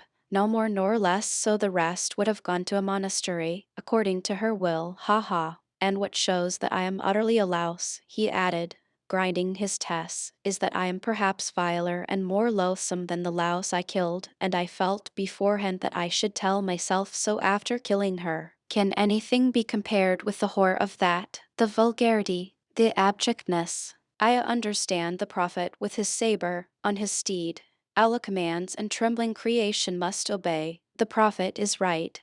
He is right when he sets a battery across the street and blows up the innocent and the guilty without deigning to explain. It's for you to obey, trembling creation, and not to have desires, for that's not for you. I shall never, never forgive the old woman. His hair was soaked with sweat, his quivering lips were parched, his eyes were fixed on the ceiling. Mother, sister, how I loved them. Why do I hate them now? Yes, I hate them. I feel a physical hatred for them. I can't bear them near me. I went up to my mother and kissed her. I remember to embrace her and think if she only knew. Shall I tell her then? That's just what I may do. She must be the same as I am, he added, straining himself to think, as it were struggling with delirium. Ah, how I hate the old woman now. I feel I should kill her again if she came to life. Poor Lizaveta. Why did she come in? It's strange though. Why is it I scarcely ever think of her,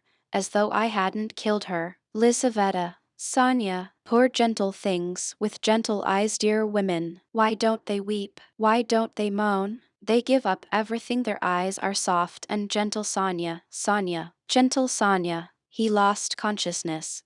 It seemed strange to him that he didn't remember how he got into the street. It was late evening. The twilight had fallen, and the full moon was shining more and more brightly, but there was a peculiar breathlessness in the air. There were crowds of people in the street. Workmen and business people were making their way home. Other people had come out for a walk. There was a smell of mortar, dust, and stagnant water. Raskolnikov walked along, mournful and anxious. He was distinctly aware of having come out with a purpose, of having to do something in a hurry. But what it was he had forgotten. Suddenly he stood still and saw a man standing on the other side of the street, beckoning to him. He crossed over to him, but at once the man turned and walked away with his head hanging, as though he had made no sign to him. Say, did he really beckon? Raskolnikov wondered, but he tried to overtake him. When he was within 10 paces he recognized him and was frightened. It was the same man with stooping shoulders in the long coat. Raskolnikov followed him at a distance. His heart was beating. They went down a turning. The man still did not look round. Does he know I am following him? Thought Raskolnikov.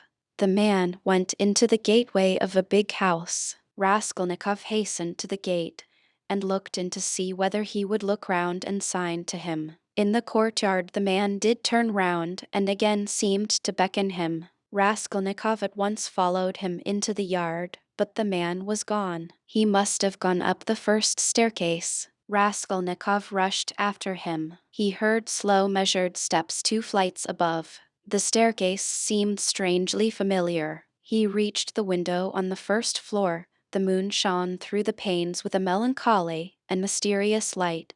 Then he reached the second floor. Bah! This is the flat where the painters were at work, but how was it he did not recognize it at once? The steps of the man above had died away, so he must have stopped or hidden somewhere. He reached the third story. Should he go on? There was a stillness that was dreadful, but he went on. The sound of his own footsteps scared and frightened him. How dark it was! The man must be hiding in some corner here. Ah!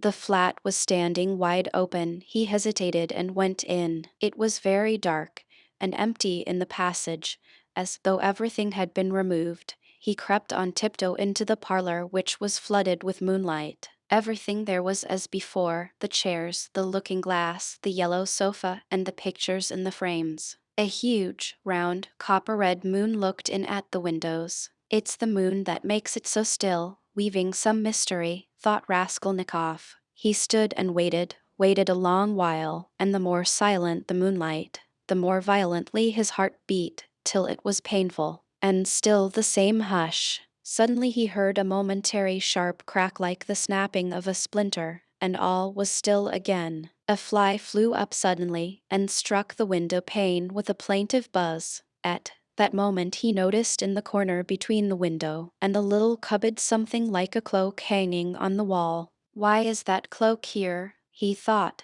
It wasn't there before. He went up to it quietly and felt that there was someone hiding behind it. He cautiously moved the cloak and saw, sitting on a chair in the corner, the old woman bent double so that he couldn't see her face. But it was she. He stood over her. She is afraid, he thought. He stealthily took the axe from the noose and struck her one blow, then another on the skull. But strange to say, she did not stir, as though she were made of wood. He was frightened, bent down nearer and tried to look at her. But she, too, bent her head lower. He bent right down to the ground and peeped up into her face from below. He peeped and turned cold with horror. The old woman was sitting and laughing, shaking with noiseless laughter, doing her utmost that he should not hear it. Suddenly he fancied that the door from the bedroom was opened a little, and that there was laughter and whispering within. He was overcome with frenzy, and he began hitting the old woman on the head with all his force. But at every blow of the axe the laughter and whispering from the bedroom grew louder, and the old woman was simply shaking with mirth.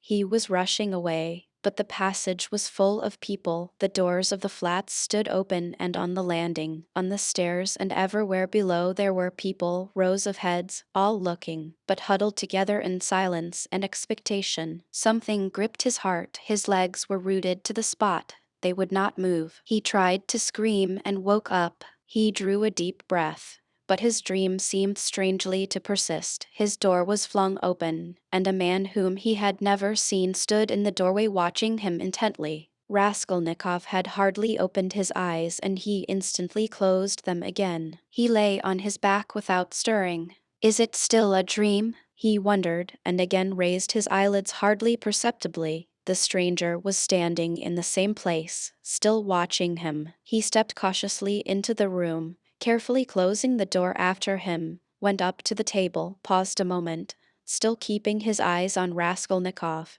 and noiselessly seated himself on the chair by the sofa. He put his hat on the floor beside him and leaned his hands on his cane and his chin on his hands. It was evident that he was prepared to wait indefinitely. As far as Raskolnikov could make out from his stolen glances, he was a man no longer young, stout, with a full, fair, almost whitish beard. 10 minutes passed. It was still light, but beginning to get dusk. There was complete stillness in the room. Not a sound came from the stairs. Only a big fly buzzed and fluttered against the window pane. It was unbearable at last. Raskolnikov suddenly got up and sat on the sofa. "Come, tell me what you want. I knew you were not asleep, but only pretending," the stranger answered oddly, laughing calmly. Chapter 21. Can this be still a dream? Raskolnikov thought once more. He looked carefully and suspiciously at the unexpected visitor. Svidrigailov. What nonsense. It can't be, he said at last aloud in bewilderment. His visitor did not seem at all surprised at this exclamation. "I've come to you for 2 reasons. In the first place, I wanted to make your personal acquaintance, as I have already heard a great deal about you that is interesting and flattering. Secondly, I cherish the hope that you may not refuse to assist me in a matter directly concerning the welfare of your sister, Avdotya Romanovna. For without your support she may not let me come near her now, for she is prejudiced against me. But with your assistance I reckon on." "You reckon wrongly," interrupted Raskolnikov. "They only arrived yesterday, may I ask you?" Raskolnikov made no reply. "It was yesterday, I know. I only arrived myself the day before." "Well, let me tell you this, Rodion Romanovitch, I don't consider it necessary to justify myself, but kindly tell me what was there particularly criminal on my part in all this business, speaking without prejudice, with common sense." Raskolnikov continued to look at him in silence. "That in my own house I persecuted a defenseless girl and insulted her with my infamous proposals. Is that it? I am anticipating you, but you've only to assume that I, too, am a man at nihil humanum. In a word, that I am capable of being attracted and falling in love which does not depend on our will. Then everything can be explained in the most natural manner. The question is, am I a monster, or am I myself a victim? And what if I am a victim? In proposing to the object of my passion to elope with me to America or Switzerland, I may have cherished the deepest respect for her, and may have thought that I was promoting our mutual happiness. Reason is the slave of passion, you know. Why, probably, I was doing more harm to myself than anyone. But that's not the point," Raskolnikov interrupted with disgust. "It's simply that whether you are right or wrong, we dislike you. We don't want to have anything to do with you. We show you the door. Go out." Svidrigailov broke into a sudden laugh. But there's no getting round you," he said, laughing in the frankest way. "I hoped to get round you, but you took up the right line at once. But you are trying to get round me still." "What of it? What of it?" cried Svidrigailov, laughing openly. "But this is what the French call bonne guerre, and the most innocent form of deception. But still you have interrupted me. One way or another, I repeat again, there would never have been any unpleasantness except for what happened in the garden. Marfa Petrovna, you have got rid of Marfa Petrovna, too, so they say?" Raskolnikov interrupted rudely. "Oh, you've heard that, too, then? You'd be sure to, though. But as for your question, I really don't know what to say, though my own conscience is quite at rest on that score. Don't suppose that I am in any apprehension about it. All was regular and in order. The medical inquiry diagnosed apoplexy due to bathing immediately after a heavy dinner and a bottle of wine,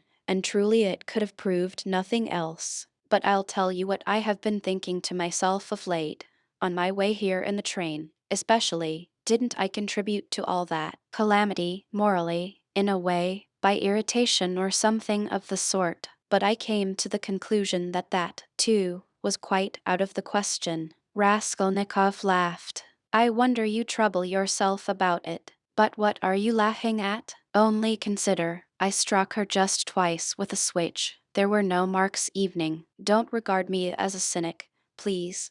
I'm perfectly aware how atrocious it was of me and all that, but I know for certain, too, that Marfa Petrovna was very likely pleased at my, so to say, warmth. The story of your sister had been wrung out to the last drop. For the last 3 days, Marfa Petrovna had been forced to sit at home. She had nothing to show herself within the town. Besides, she had bored them so with that letter you heard about her reading the letter. And all of a sudden those two switches fell from heaven. Her first act was to order the carriage to be got out, not to speak of the fact that there are cases when women are very, very glad to be insulted in spite of all their show of indignation. There are instances of it with everyone. Human beings in general, truly, greatly love to be insulted, have you noticed that? But it's particularly so with women. One may even say it's their only amusement. At one time Raskolnikov thought of getting up and walking out and so finishing the interview.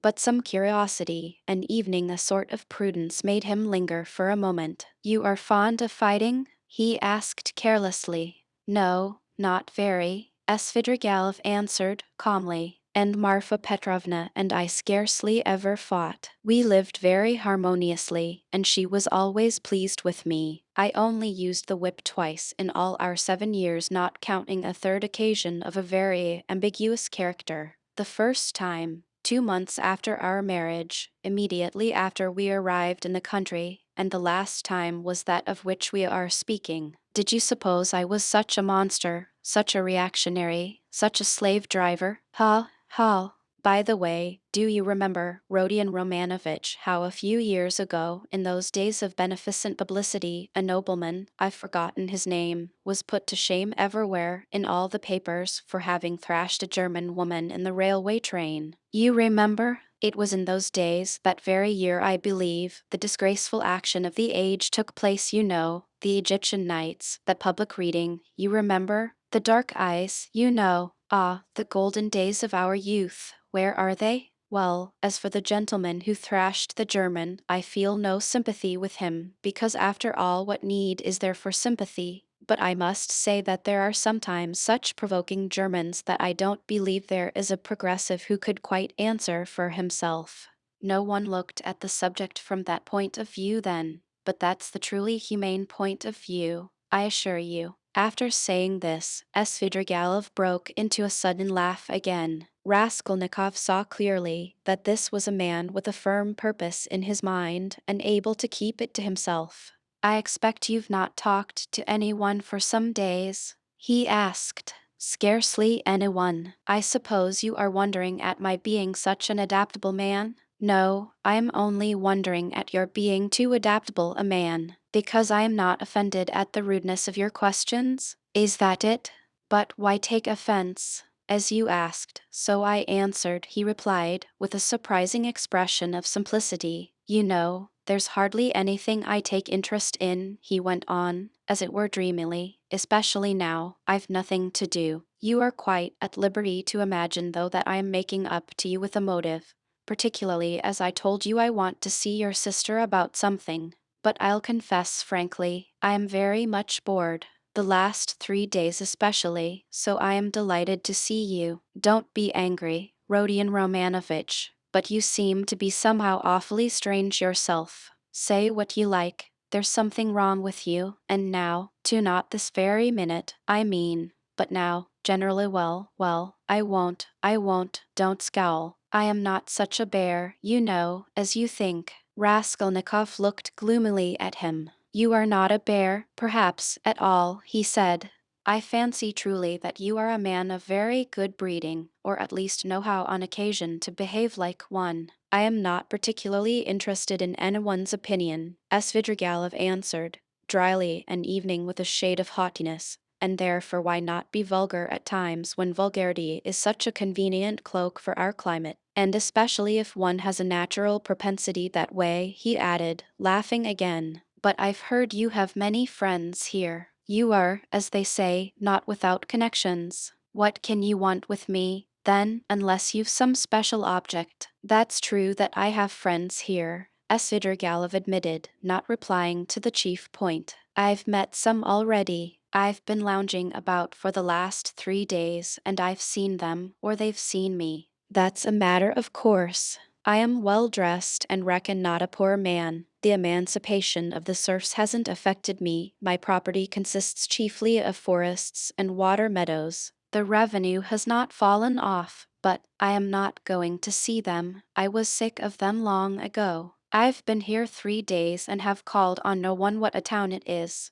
How has it come into existence among us? Tell me that. A town of officials and students of all sorts. Yes, there's a great deal I didn't notice when I was here 8 years ago, kicking up my heels. My only hope now is in anatomy. By Jove, it is anatomy. But as for these clubs, Dessauts, parades, or progress, truly, maybe, well, all that can go on without me, he went on, again without noticing the question. Besides, who wants to be a card-sharper? Why, have you been a card-sharper then? How could I help being? There was a regular set of us, men of the best society, 8 years ago. We had a fine time, and all men of breeding, you know, poets, men of property, and truly as a rule in our Russian society the best manners are found among those who have been thrashed. Have you noticed that? I've deteriorated in the country, but I did get into prison for debt, through a low Greek who came from Neshin. Then Marfa Petrovna turned up.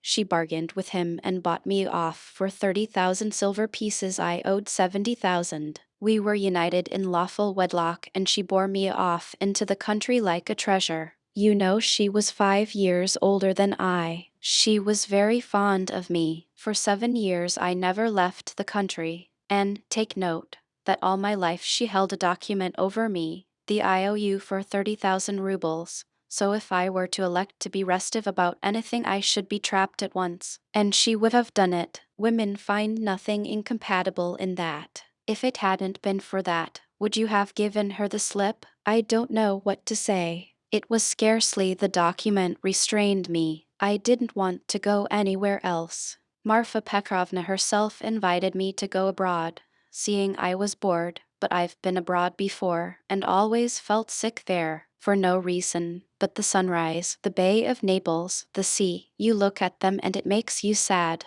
What's most revolting is that one is really sad. No, it's better at home. Here at least one blames others for everything and excuses oneself. I should have gone perhaps on an expedition to the North Pole because I live in Movies and hate drinking, and there's nothing left but wine. I have tried it, but, I say, I've been told Berg is going up in a great balloon next Sunday from the Yusupov garden and will take up passengers at a fee. Is it true? Why, would you go up? No, oh, no, muttered Svidrigailov, really seeming to be deep in thought. What does he mean? Is he in earnest? Raskolnikov wondered. No, the document didn't restrain me. Svidrigailov went on, meditatively. It was my own doing, not leaving the country, and nearly a year ago Marfa Petrovna gave me back the document on my name day and made me a present of a considerable sum of money, too. She had a fortune, you know. You see how I trust you, Arkady Ivanovitch. That was actually her expression. You don't believe she used it? But do you know I managed the estate quite decently. They know me in the neighborhood. I ordered books, too. Marfa Petrovna at first approved, but afterwards she was afraid of my overstudying. You seem to be missing Marfa Petrovna very much. Missing her, perhaps. Really, perhaps I am. And, by the way, do you believe in ghosts? What ghosts? Why, ordinary ghosts. Do you believe in them? Perhaps not. Pour vous plaire, I wouldn't say no exactly. Do you see them, then? Svidrigailov looked at him rather oddly. Marfa Petrovna is pleased to visit me, he said, twisting his mouth into a strange smile. How do you mean she is pleased to visit you? She has been 3 times. I saw her first on the very day of the funeral, an hour after she was buried. It was the day before I left to come here. The second time was the day before yesterday, at daybreak, on the journey at the station of Malaya Vishera, and the third time was 2 hours ago in the room where I am staying. I was alone.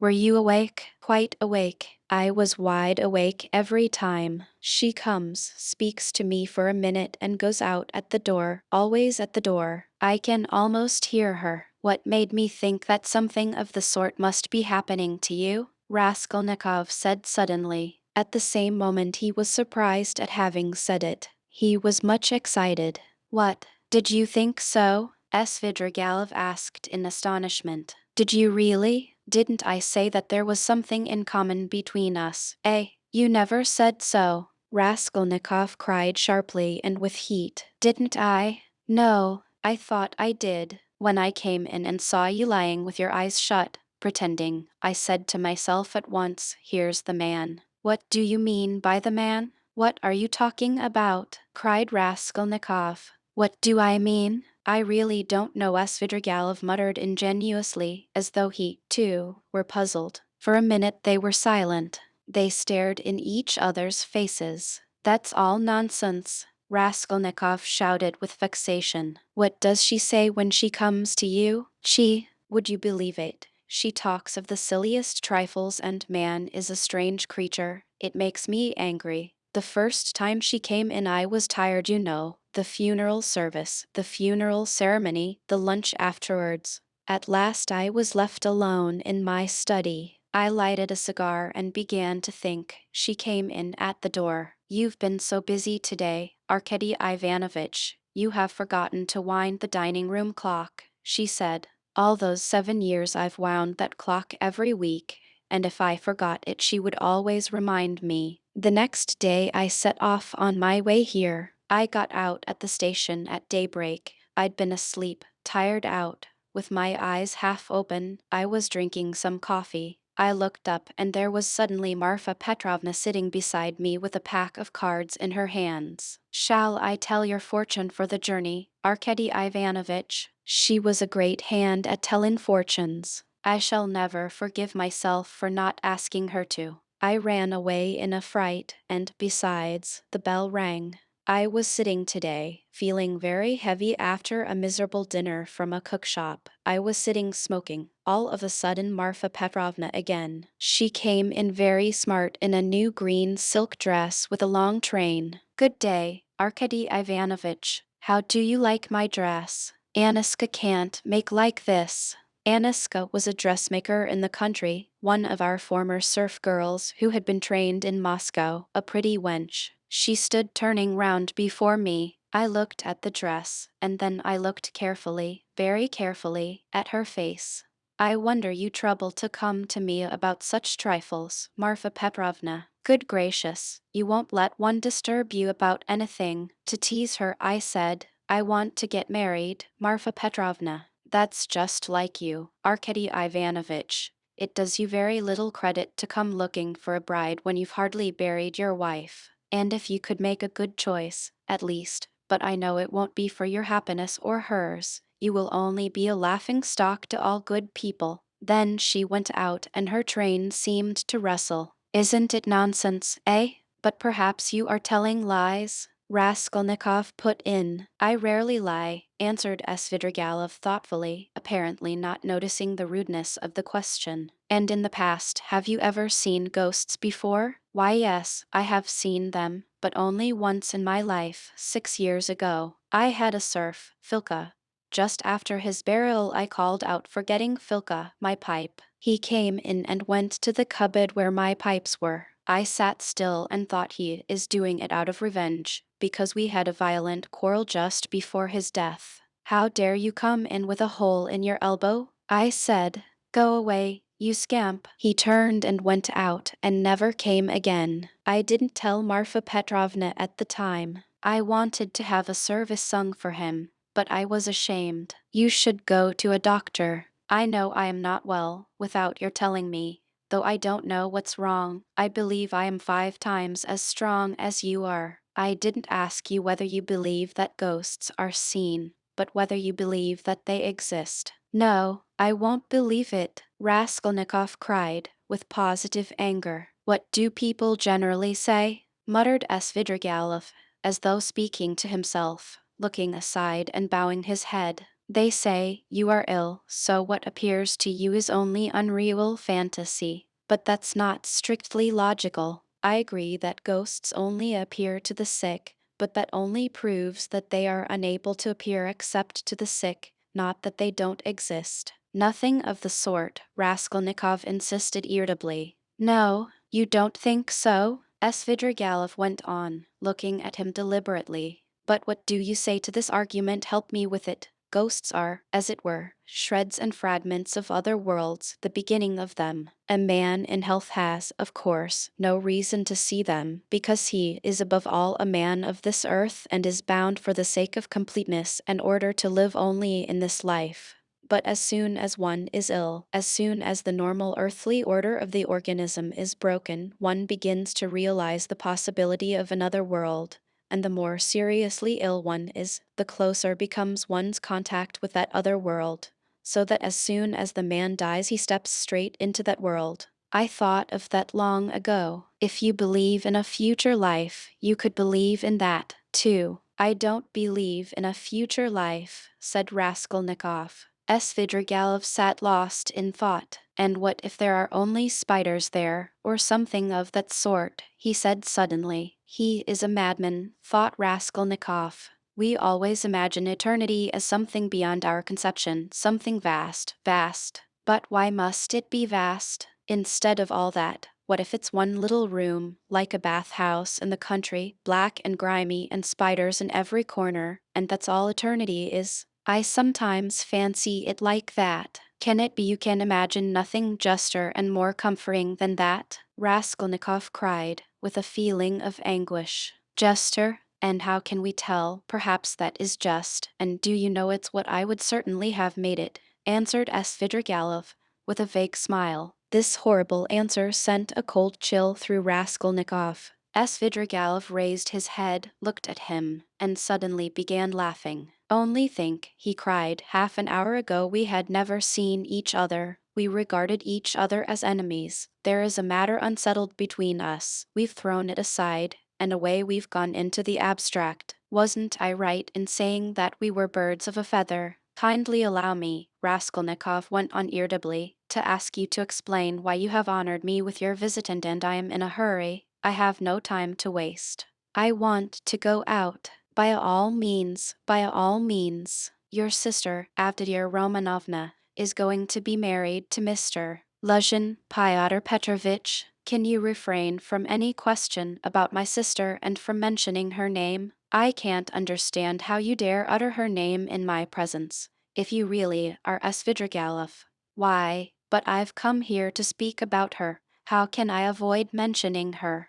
Very good, speak, but make haste. I am sure that you must have formed your own opinion of this Mr. Luzhin, who is a connection of mine through my wife. If you have only seen him for half an hour, or heard any facts about him, he is no match for Avdiya Romanovna. I believe Avdiya Romanovna is sacrificing herself generously and imprudently for the sake of her family. I fancied from all I had heard of you that you would be very glad if the match could be broken off without the sacrifice of worldly advantages. Now I know you personally. I am convinced of it. All this is very naive, excuse me. I should have said impudent on your part, said Raskolnikov. You mean to say that I am seeking my own ends. Don't be uneasy, Rodion Romanovitch. If I were working for my own advantage, I would not have spoken out so directly. I am not quite a fool. I will confess something psychologically curious about that. Just now, defending my love for Avdiya Romanovna, I said I was myself the victim. Well, let me tell you that I've no feeling of love now, not the slightest, so that I wonder myself truly, for I really did feel something. Through idleness and depravity, Raskolnikov put in. I certainly am idle and depraved. But your sister has such qualities that evening I could not help being impressed by them. But that's all nonsense, as I see myself now. Have you seen that long? I began to be aware of it before, but was only perfectly sure of it the day before yesterday, almost at the moment I arrived in Petersburg. I still fancied in Moscow, though, that I was coming to try to get Avdiya Romanovna's hand and to cut out Mr. Luzhin. Excuse me for interrupting you.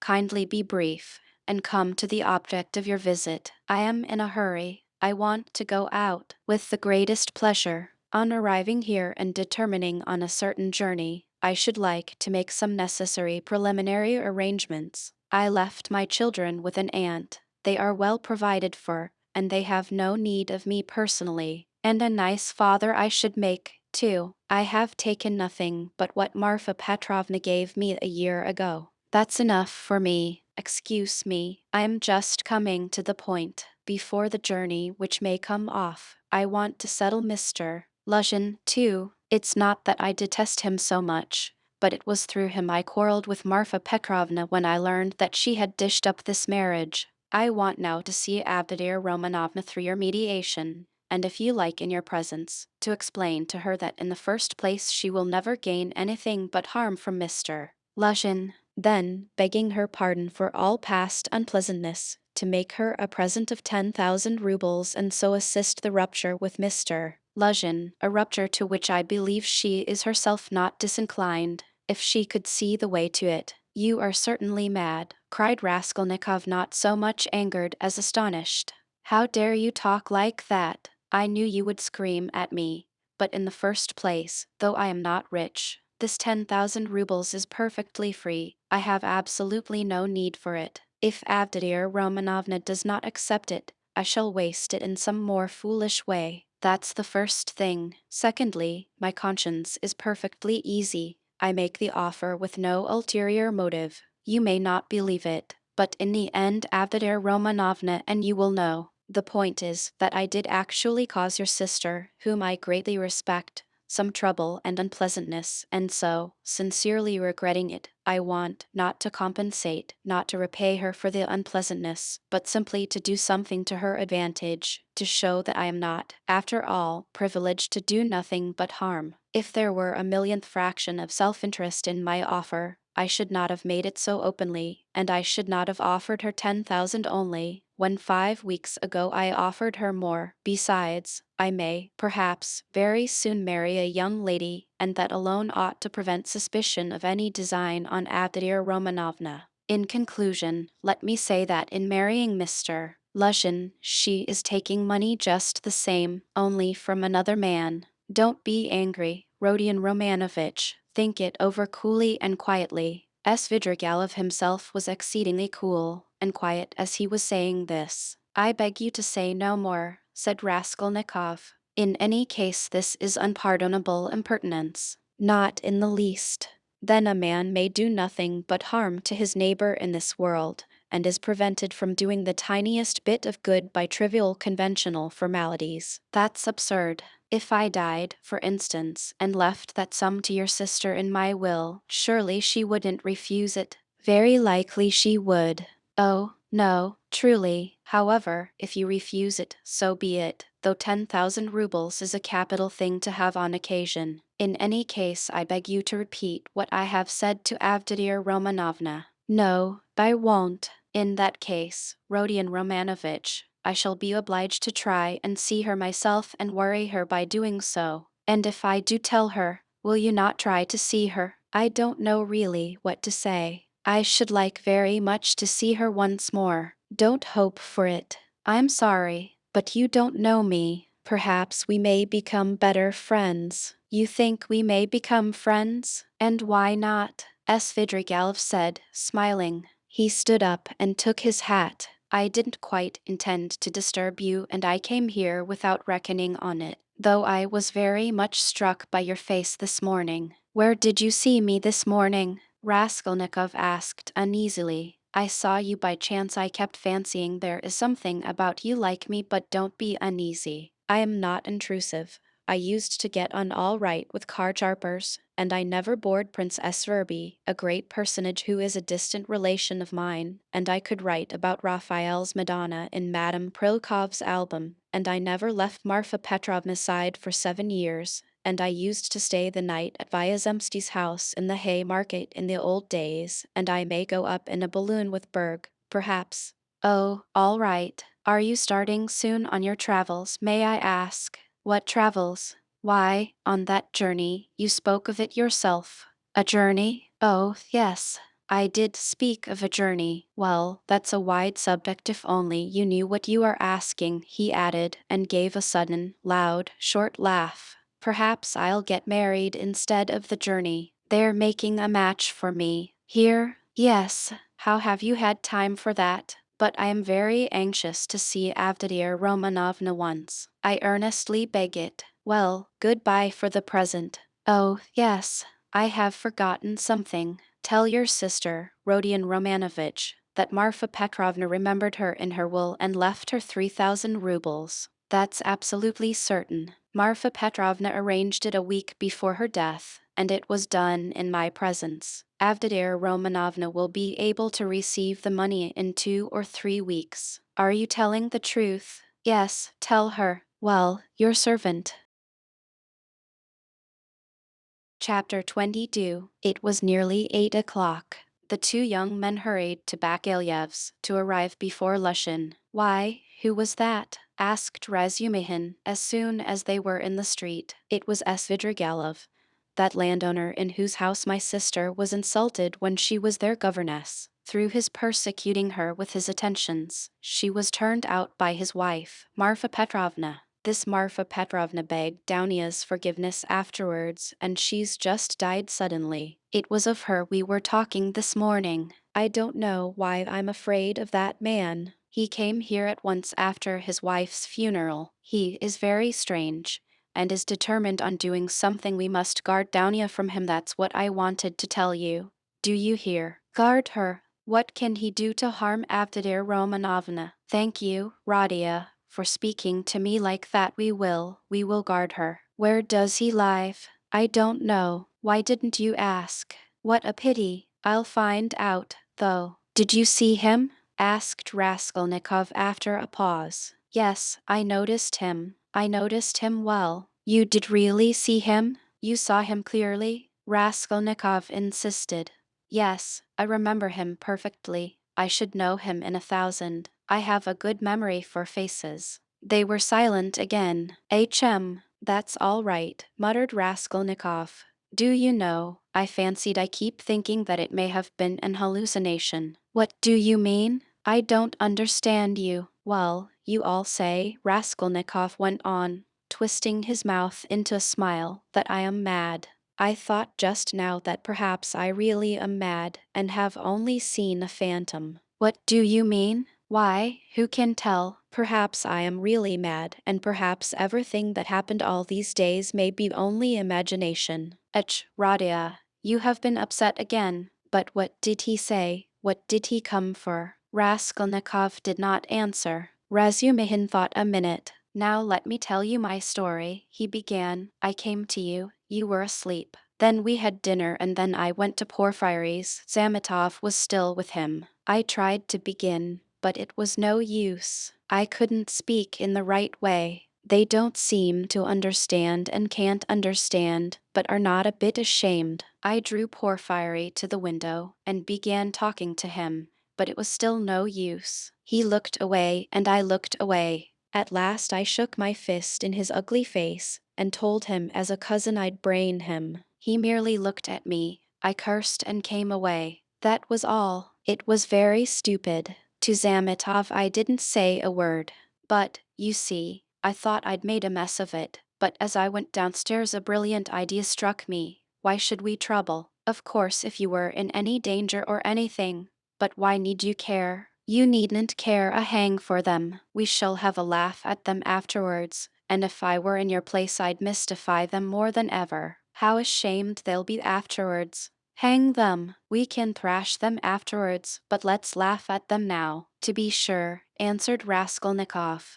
But what will you say to tomorrow? He thought to himself. Strange to say, till that moment it had never occurred to him to wonder what Razumihin would think when he knew. As he thought it, Raskolnikov looked at him. Razumihin's account of his visit to Porfiry had very little interest for him. So much had come and gone since then. In the corridor they came upon Lushin. He had arrived punctually at 8 and was looking for the number, so that all three went in together without greeting or looking at one another. The young men walked in first, while Pyotr Petrovitch, for good manners, lingered a little in the passage, taking off his coat. Pulcheria Alexandrovna came forward at once to greet him in the doorway. Dounia was welcoming her brother. Pyotr Petrovitch walked in and quite amiably, though with redoubled dignity, bowed to the ladies. He looked, however, as though he were a little put out and could not yet recover himself. Pulcheria Alexandrovna,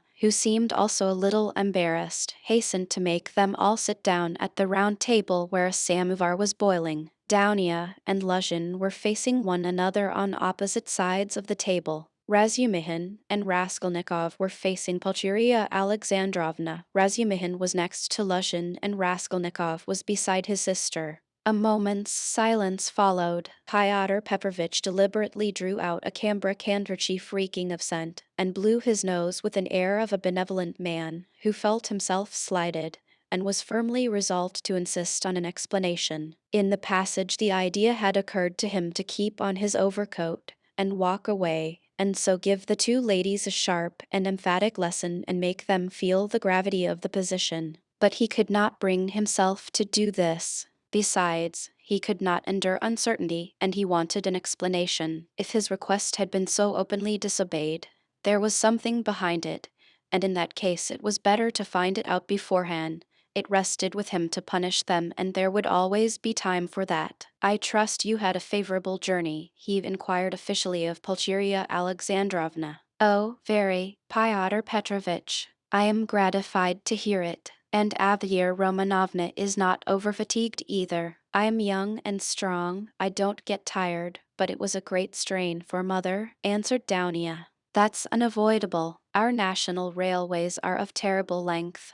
Mother Russia, as they say, is a vast country. In spite of all my desire to do so, I was unable to meet you yesterday. But I trust all passed off without inconvenience." "Oh, no, Pyotr Petrovitch, it was all terribly disheartening," Pulcheria Alexandrovna hastened to declare with peculiar intonation, "and if Dmitri Prokofitch had not been sent us, I really believe by God himself, we should have been utterly lost. Here he is, Dmitri Prokofitch Razumihin," she added, introducing him to Luzhin. "I had the pleasure yesterday," muttered Pyotr Petrovitch with a hostile glance sidelong at Razumihin. Then he scowled and was silent. Pyotr Petrovitch belonged to that class of persons, on the surface very polite in society, who make a great point of punctiliousness, but who, directly they are crossed in anything, are completely disconcerted, and become more like sacks of flour than elegant and lively men of society. Again all was silent. Raskolnikov was obstinately mute. Avdir Romanovna was unwilling to open the conversation too soon. Razumihin had nothing to say, so Pulcheria Alexandrovna was anxious again. "Marfa Petrovna is dead, have you heard?" She began, having recourse to her leading item of conversation. "To be sure, I heard so. I was immediately informed. And I have come to make you acquainted with the fact that Arkady Ivanovitch Svidrigailov set off in haste for Petersburg immediately after his wife's funeral. So at least I have excellent authority for believing." "To Petersburg, here?" Dounia asked in alarm and looked at her mother. "Yes, truly, and doubtless not without some design, having in view the rapidity of his departure, and all the circumstances preceding it." "Good heavens! Won't he leave Dounia in peace evening here?" cried Pulcheria Alexandrovna. "I imagine that neither you nor Avdir Romanovna have any grounds for uneasiness, unless, of course, you are yourselves desirous of getting into communication with him. For my part, I am on my guard, and am now discovering where he is lodging." "Oh, Pyotr Petrovitch, you would not believe what a fright you have given me," Pulcheria Alexandrovna went on. "I've only seen him twice, but I thought him terrible, terrible. I am convinced that he was the cause of Marfa Petrovna's death. It's impossible to be certain about that. I have precise information. I do not dispute that he may have contributed to accelerate the course of events by the moral influence, so to say, of the affront. But as to the general conduct and moral characteristics of that personage, I am in agreement with you. I do not know whether he is well off now, and precisely what Marfa Petrovna left him. This will be known to me within a very short period.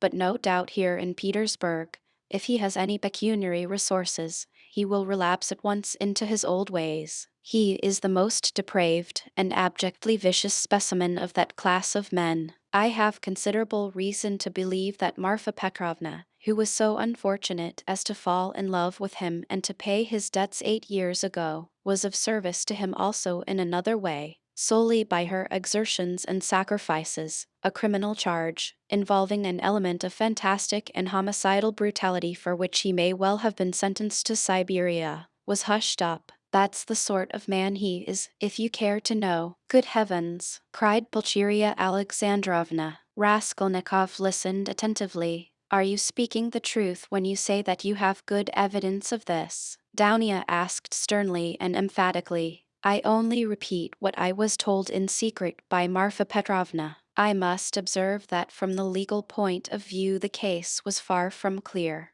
There was, and I believe still is, living here a woman called Resliff, a foreigner, who lent small sums of money at interest and did other commissions, and with this woman Svidrigailov had for a long while close and mysterious relations. She had a relation, a niece I believe, living with her, a deaf and dumb girl of 15, or perhaps not more than 14. Reslick hated this girl, and grudged her every crust. She used to beat her mercilessly. One day the girl was found hanging in the garret. At the inquest the verdict was suicide. After the usual proceedings the matter ended, but, later on, information was given that the child had been cruelly outraged by Svidrigailov. It is true, this was not clearly established. The information was given by another German woman of loose character whose word could not be trusted.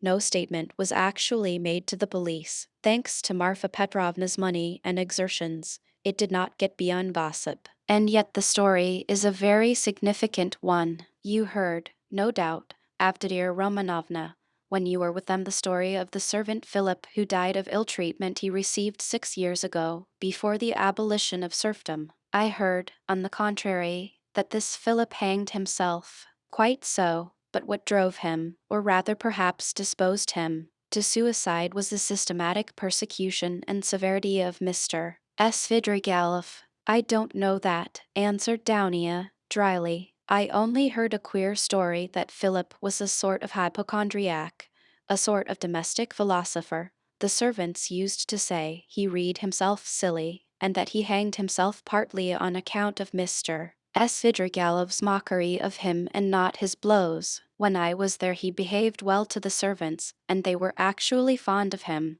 though they certainly did blame him for Philip's death. I perceive, Avdotya Romanovna, that you seem disposed to undertake his defense all of a sudden, Lushin observed, twisting his lips into an ambiguous smile. There's no doubt that he is an astute man, and insinuating where ladies are concerned, of which Marfa Petrovna, who has died so strangely, is a terrible instance. My only desire has been to be of service to you and your mother with my advice, in view of the renewed efforts which may certainly be anticipated from him. For my part, it's my firm conviction that he will end in a debtor's prison again. Marfa Petrovna had not the slightest intention of settling anything substantial on him, having regard for his children's interests, and, if she left him anything, it would only be the merest sufficiency, something insignificant and ephemeral, which would not last a year for a man of his habits. Fyodor Petrovitch, I beg you, said Downia, say no more of Mr.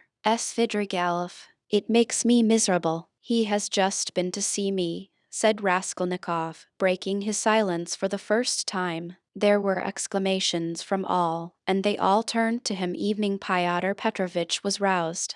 An hour and a half ago he came in when I was asleep, waked me, and introduced himself, Raskolnikov continued. He was fairly cheerful and at ease, and quite hopes that we shall become friends. He is particularly anxious, by the way, Downia, for an interview with you, at which he asked me to assist. He has a proposition to make to you, and he told me about it. He told me, too, that a week before her death Marfa Petrovna left you 3,000 rubles in her will, Downia, and that you can receive the money very shortly. Thank God, cried Pulcheria Alexandrovna, crossing herself. Pray for her soul, Downia, it's a fact. Broke from Lushin. Tell us, what more? Downia urged Raskolnikov. Then he said that he wasn't rich and all the estate was left to his children who are now with an aunt, then that he was staying somewhere not far from me, but where, I don't know, I didn't ask. But what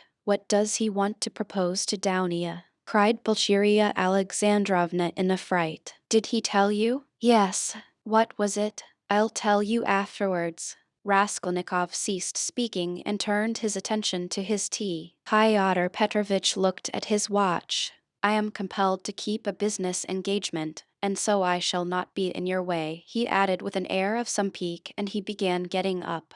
Don't go, Pyotr Petrovitch, said Downia. You intended to spend the evening. Besides, you wrote yourself that you wanted to have an explanation with mother. Precisely so, Avdotya Romanovna, Pyotr Petrovitch answered impressively, sitting down again, but still holding his hat. I certainly desired an explanation with you and your honored mother upon a very important point truly. But as your brother cannot speak openly in my presence of some proposals of Mr. Svidrigailov, I, too, do not desire and am not able to speak openly in the presence of others of certain matters of the greatest gravity. Moreover, my most weighty and urgent request has been disregarded. Assuming an aggrieved air, Luzhin relapsed into dignified silence. Your request that my brother should not be present at our meeting was disregarded solely at my insistence, said Downia. You wrote that you had been insulted by my brother. I think that this must be explained at once, and you must be reconciled. And if Rodir really has insulted you, then he should and will apologize. Pyotr Petrovitch took a stronger line.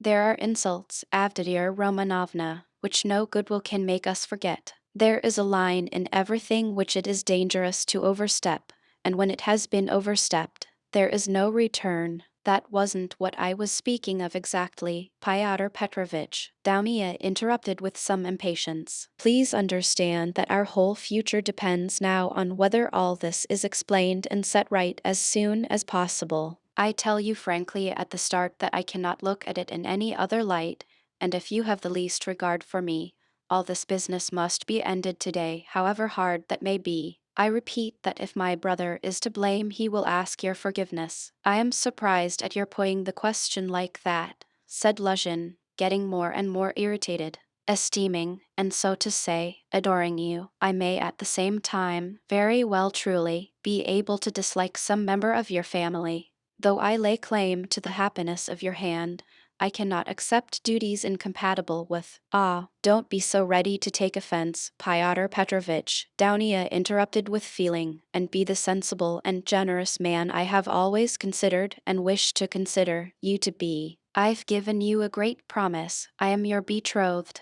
Trust me in this matter and, believe me, I shall be capable of judging impartially. My assuming the part of judge is as much a surprise for my brother as for you. When I insisted on his coming to our interview today after your letter, I told him nothing of what I meant to do. Understand that, if you are not reconciled, I must choose between you. It must be either you or he. That is how the question rests on your side and on his. I don't want to be mistaken in my choice, and I must not be. For your sake I must break off with my brother. For my brother's sake I must break off with you. I can find out for certain now whether he is a brother to me, and I want to know it.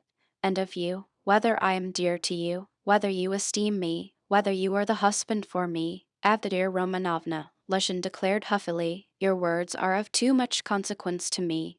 I will say more. They are offensive in view of the position I have the honor to occupy in relation to you. To say nothing of your strange and offensive setting me on a level with an impertinent boy, you admit the possibility of breaking your promise to me. You say you or he, showing by that of how little consequence I am in your eyes. I cannot let this pass considering the relationship and the obligations existing between us. What? Cried Downia, flushing. I set your interest beside all that has hitherto been most precious in my life, what has made up the whole of my life, and here you are offended at my making too little account of you. Raskolnikov smiled sarcastically, Razumihin fidgeted, but Pyotr Petrovitch did not accept the reproof. On the contrary, at every word he became more persistent and irritable, as though he relished it. Love for the future partner of your life, for your husband ought to outweigh your love for your brother, he pronounced sententiously, and in any case I cannot be put on the same level. Although I said so emphatically that I would not speak openly in your brother's presence, nevertheless, I intend now to ask your honored mother for a necessary explanation on a point of great importance closely affecting my dignity. Your son, he turned to Pulcheria Alexandrovna, yesterday in the presence of Mr. Rasitkin, or I think that's it. Excuse me, I have forgotten your surname. He bowed politely to Razumihin, insulted me by misrepresenting the idea I expressed to you in a private conversation, drinking coffee. That is, that marriage with a poor girl who has had experience of trouble is more advantageous from the conjugal point of view than with one who has lived in luxury, since it is more profitable for the moral character. Your son intentionally exaggerated the significance of my words and made them ridiculous, accusing me of malicious intentions, and, as far as I could see, relied upon your correspondence with him. I shall consider myself happy, Pulcheria Alexandrovna, if it is possible for you to convince me of an opposite conclusion, and by that considerately reassure me. Kindly let me know in what terms precisely you repeated my words in your letter to Rodion Romanovich. I don't remember, faltered Pulcheria Alexandrovna. I repeated them as I understood them. I don't know how Rodion repeated them to you. Perhaps he exaggerated. He could not have exaggerated them, except at your instigation, Fyodor Petrovitch, Pulcheria Alexandrovna declared with dignity. The proof that Dounia and I did not take your words in a very bad sense is the fact that we are here. Good, mother, said Dounia approvingly. Then this is my fault again, said Luzhin, aggrieved. Well, Pyotr Petrovitch, you keep blaming Rodion, but you yourself have just written what was false about him, Pulcheria Alexandrovna added, gaining courage. I don't remember writing anything false. You wrote, Raskolnikov said sharply, not turning to Luzhin, that I gave money yesterday not to the widow of the man who was killed, as was the fact, but to his daughter whom I had never seen till yesterday. You wrote this to make dissension between me and my family, and for that object added coarse expressions about the conduct of a girl whom you don't know. All that is mean slander. Excuse me, sir, said Luzhin, quivering with fury. I enlarged upon your qualities and conduct in my letter solely in response to your sister's and mother's inquiries, how I found you, and what impression you made on me. As for what you've alluded to in my letter, be so good as to point out one word of falsehood, show, that is, that you didn't throw away your money, and that there are not worthless persons in that family, however unfortunate. To my thinking, you, with all your virtues, are not worth the little finger of that unfortunate girl at whom you throw stones. Would you go so far then as to let her associate with your mother and sister? I have done so already, if you care to know. I made her sit down today with mother and Dounia. Radia, cried Pulcheria Alexandrovna. Dounia crimsoned, Razumihin knitted his brows. Luzhin smiled with lofty sarcasm. You may see for yourself, Avdotya Romanovna, he said, whether it is possible for us to agree. I hope now that this question is at an end once and for all. I will withdraw, that I may not hinder the pleasures of family intimacy and the discussion of secrets. He got up from his chair and took his hat. But in withdrawing, I venture to request that for the future I may be spared similar meetings and, so to say, compromises. I appeal particularly to you, honored Pulcheria Alexandrovna, on this subject, the more as my letter was addressed to you and to no one else. Pulcheria Alexandrovna was a little offended. You seem to think we are completely under your authority, Pyotr Petrovitch. Dounia has told you the reason your desire was disregarded. She had the best intentions. And truly you write as though you were laying commands upon me. Are we to consider every desire of yours as a command? Let me tell you on the contrary that you ought to show particular delicacy and consideration for us now, because we have thrown up everything, and have come here relying on you, and so we are in any case in a sense in your hands. That is not quite true, Pulcheria Alexandrovna, especially at the present moment, when the news has come of Marfa Petrovna's legacy, which seems truly very apropos, judging from the new tone you take to me, he added sarcastically. Judging from that remark, We may certainly presume that you were reckoning on our helplessness, Downia observed irritably. But now in any case I cannot reckon on it, and I particularly desire not to hinder your discussion of the secret proposals of Arkady Ivanovich Svidrigailov, which he has entrusted to your brother and which have, I perceive,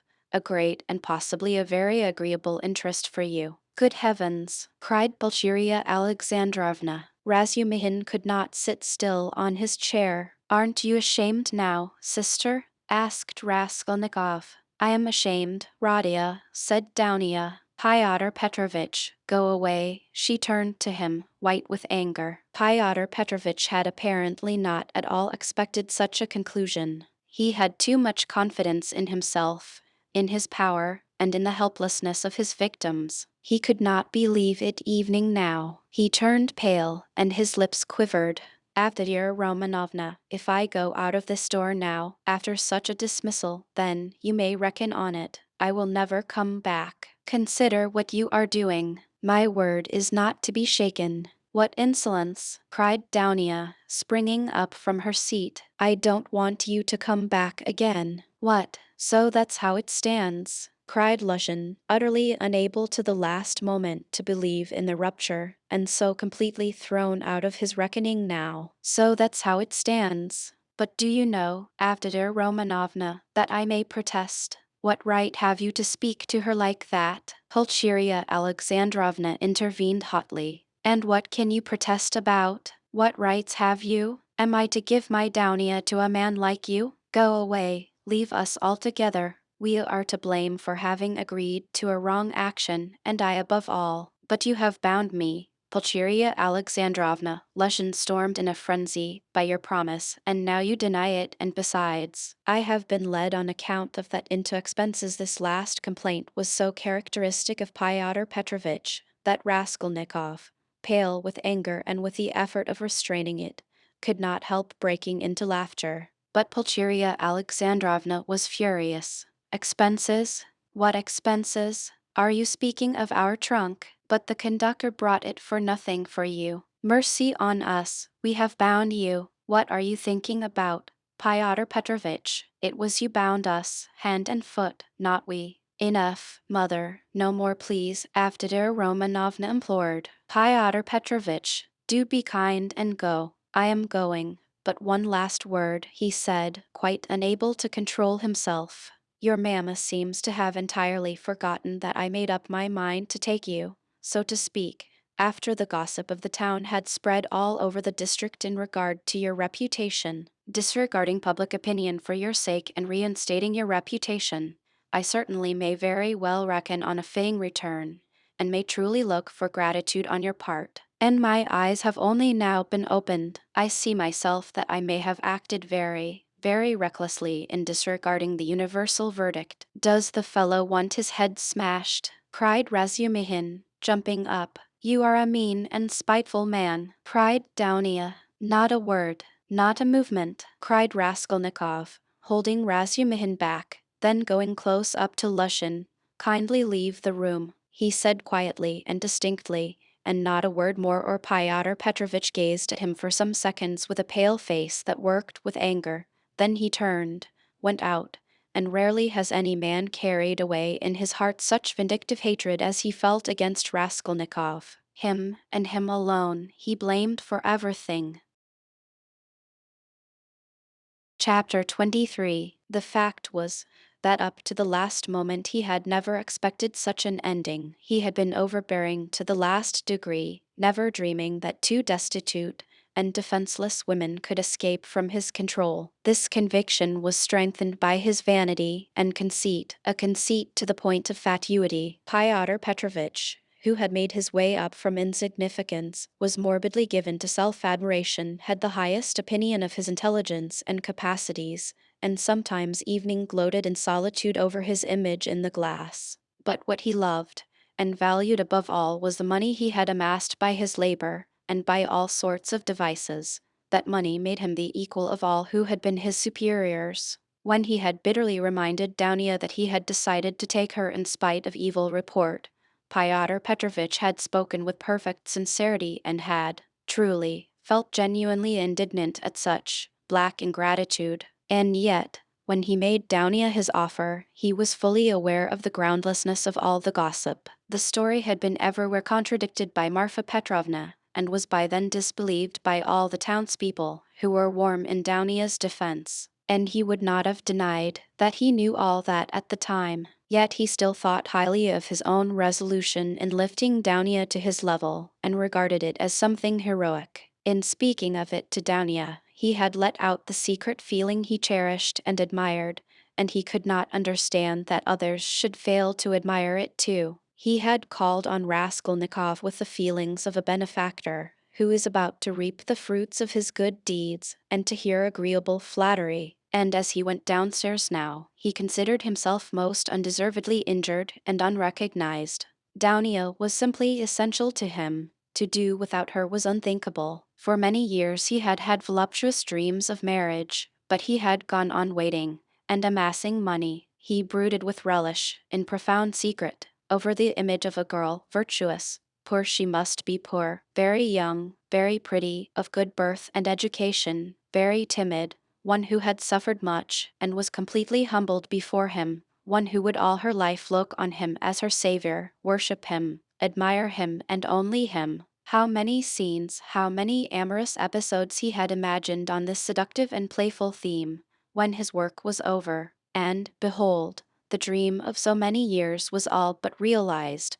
The beauty and education of Avdidir Romanovna had impressed him. Her helpless position had been a great allurement. In her he had found evening more than he dreamed of. Here was a girl of pride, character, virtue, of education and breeding superior to his own. He felt that, and this creature would be slavishly grateful all her life for his heroic condescension, and would humble herself in the dust before him, and he would have absolute, unbounded power over her. Not long before, he had, too, after long reflection and hesitation, made an important change in his career and was now entering on a wider circle of business. With this change his cherished dreams of rising into a higher class of society seemed likely to be realized. He was, in fact, determined to try his fortune in Petersburg. He knew that women could do a very great deal. The fascination of a charming, virtuous, highly educated woman may make his way easier, may do wonders in attracting people to him, throwing an aureole round him, and now everything was in ruins. This sudden horrible rupture affected him like a clap of thunder. It was like a hideous joke, an absurdity. He had only been a tiny bit masterful, had not evening time to speak out, had simply made a joke,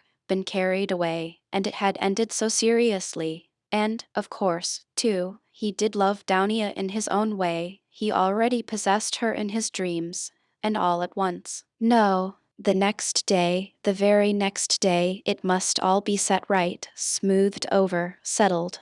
Above all he must crush that conceited milksop who was the cause of it all. With a sick feeling he could not help recalling Razumihin too, but he soon reassured himself on that score, as though a fellow like that could be put on a level with him. The man he really dreaded in earnest was Svidrigaïlov. He had, in short, a great deal to attend to. No, I'm more to blame than anyone, said Daunia, kissing and embracing her mother. I was tempted by his money, but on my honor, brother, I had no idea he was such a base man. If I had seen through him before, nothing would have tempted me. Don't blame me, brother. God has delivered us. God has delivered us, Pulcheria Alexandrovna muttered, but half-consciously, as though scarcely able to realize what had happened. They were all relieved, and in 5 minutes they were laughing. Only now and then Daunia turned white and frowned, remembering what had passed.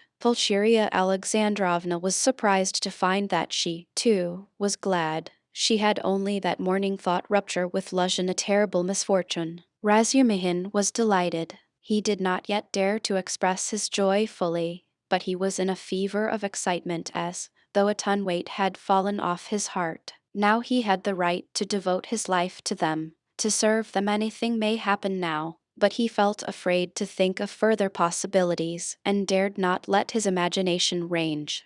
But Raskolnikov sat still in the same place, almost sullen and indifferent. Though he had been the most insistent on getting rid of Lushan, he seemed now the least concerned at what had happened. Downia could not help thinking that he was still angry with her, and Pulcheria Alexandrovna watched him timidly. "What did Svidrigailov say to you?" said Downia, approaching him. "Yes, yes," cried Pulcheria Alexandrovna. Raskolnikov raised his head. "He wants to make you a present of 10,000 rubles, and he desires to see you once in my presence." "See her? On no account," cried Pulcheria Alexandrovna. "And how dare he offer her money?" Then Raskolnikov repeated rather dryly his conversation with Svidrigailov, omitting his account of the ghostly visitations of Marfa Petrovna, wishing to avoid all unnecessary talk. "What answer did you give him?" asked Downia. "At first I said I would not take any message to you. Then he said that he would do his utmost to obtain an interview with you without my help.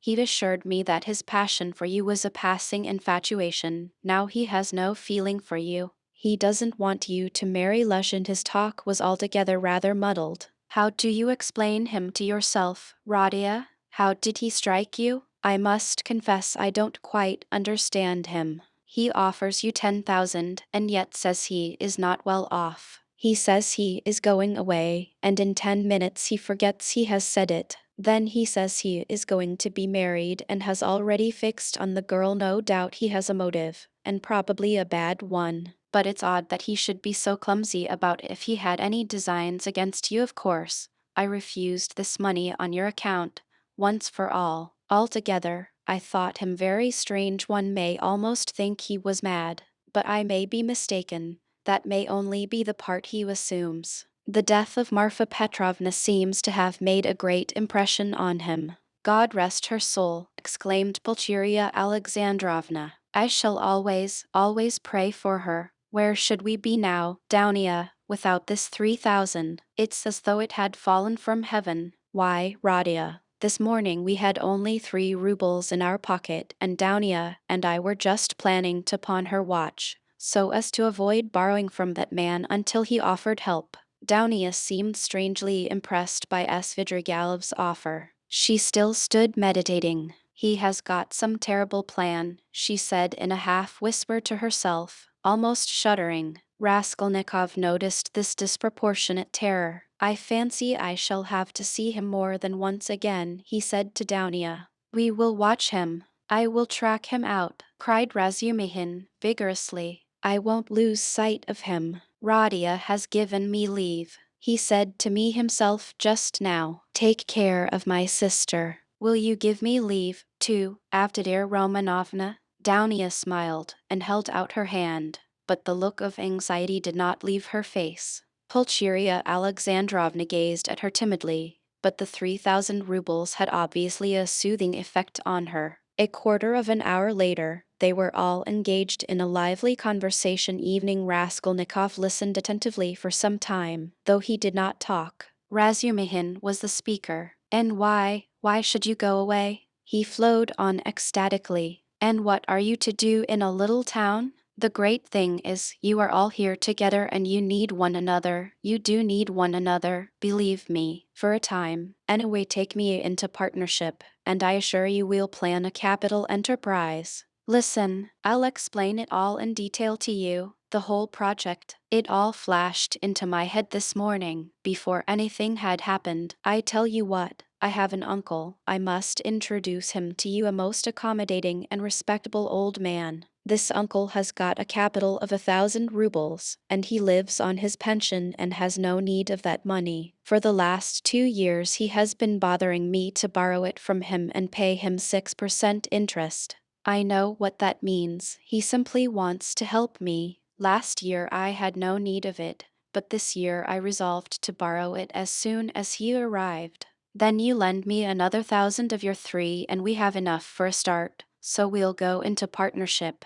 And what are we going to do?" Then Razumihin began to unfold his project, and he explained at length that almost all our publishers and booksellers know nothing at all of what they are selling, and for that reason they are usually bad publishers, and that any decent publications pay as a rule and give a profit, sometimes a considerable one. Razumihin had, truly, been dreaming of setting up as a publisher. For the last 2 years he had been working in publishers' offices, and knew 3 European languages well, though he had told Raskolnikov 6 days before that he was Schwach in German, with an object of persuading him to take half his translation and half the payment for it. He had told a lie then, and Raskolnikov knew he was lying. Why should we let our chance slip when we have one of the chief means of success, money of our own? Cried Razumihin warmly. Of course there will be a lot of work, but we will work. You, Avdotya Romanovna, I, Rodion, you get a splendid profit on some books nowadays. And the great point of the business is that we shall know just what wants translating, and we shall be translating, publishing, learning all at once. I can be of use because I have experience. For nearly 2 years I've been scuttling about among the publishers, and now I know every detail of their business. You need not be the saint to make pots, believe me. And why should we let our chance slip? Why, I know, and I kept the secret. 2 or 3 books which one may get 100 rubles simply for thinking of translating and publishing truly, and I would not take 500 for the very idea of one of them. And what do you think? If I were to tell a publisher, I dare say he'd hesitate. They are such blockheads. And as for the business side, printing, paper, selling, you trust to me. I know my way about. We'll begin in a small way and go on to a large. In any case it will get us our living and we shall get back our capital. Downia's eyes shone. I like what you are saying, Dmitri Prokofitch, she said. I know nothing about it, of course, put in Pulcheria Alexandrovna. It may be a good idea, but again God knows. It's new and untried. Of course, we must remain here at least for a time. She looked at Radia. What do you think, brother? Said Downia. I think he's got a very good idea, he answered. Of course, it's too soon to dream of a publishing firm, but we certainly may bring out 5 or 6 books and be sure of success. I know of one book myself which would be sure to go well, and as for his being able to manage it, there's no doubt about that either. He knows the business, but we can talk it over later. Hurrah! Cried Razumihin. Now, stay. There's a flat here in this house, belonging to the same owner. It's a special flat apart, not communicating with these lodgings. It's furnished, rent moderate, 3 rooms. Suppose you take them to begin with. I'll pawn your watch tomorrow and bring you the money, and everything can be arranged then. You can all 3 live together, and Radia will be with you. But where are you off to, Radia? What, Radia? You are going already? Pulcheria Alexandrovna asked in dismay. At such a minute, cried Razumihin. Downia looked at her brother with incredulous wonder. He held his cap in his hand. He was preparing to leave them. One would think you were burying me or saying goodbye forever, he said somewhat oddly. He attempted to smile, but it did not turn out a smile. But who knows? Perhaps it is the last time we shall see each other, he let slip accidentally. It was what he was thinking, and it somehow was uttered aloud. What is the matter with you? Cried his mother. Where are you going, Radia? Asked Downia rather strangely. Oh, I'm quite obliged to, he answered vaguely, as though hesitating what he would say. But there was a look of sharp determination in his white face. I meant to say as I was coming here, I meant to tell you, mother, and you, Downia, that it would be better for us to part for a time. I feel ill. I am not at peace. I will come afterwards. I will come of myself when it's possible. I remember you and love you. Leave me. Leave me alone. I decided this evening before. I'm absolutely resolved on it. Whatever may come to me, whether I come to ruin or not, I want to be alone. Forget me altogether, it's better. Don't inquire about me. When I can, I'll come of myself or I'll send for you. Perhaps it will all come back. But now if you love me, give me up, else I shall begin to hate you. I feel it. Goodbye. Good God! Cried Pulcheria Alexandrovna. Both his mother and his sister were terribly alarmed. Razumihin was also. Radia, be reconciled with us. Let us be as before, cried his poor mother. He turned slowly to the door and slowly went out of the room. Downia overtook him. Brother, what are you doing to mother? She whispered, her eyes flashing with indignation. He looked dully at her. No matter, I shall come. I'm coming, he muttered in an undertone, as though not fully conscious of what he was saying, and he went out of the room. Wicked, heartless egoist, cried Downia. He is insane, but not heartless. He is mad. Don't you see it? You're heartless after that. Razumihin whispered in her ear, squeezing her hand tightly. I shall be back directly, he shouted to the horror-stricken mother, and he ran out of the room. Raskolnikov was waiting for him at the end of the passage. I knew you would run after me, he said. Go back to them, be with them to tomorrow, and always perhaps I shall come if I can. Goodbye. And without holding out his hand he walked away. But where are you going? What are you doing? What's the matter with you? How can you go on like this?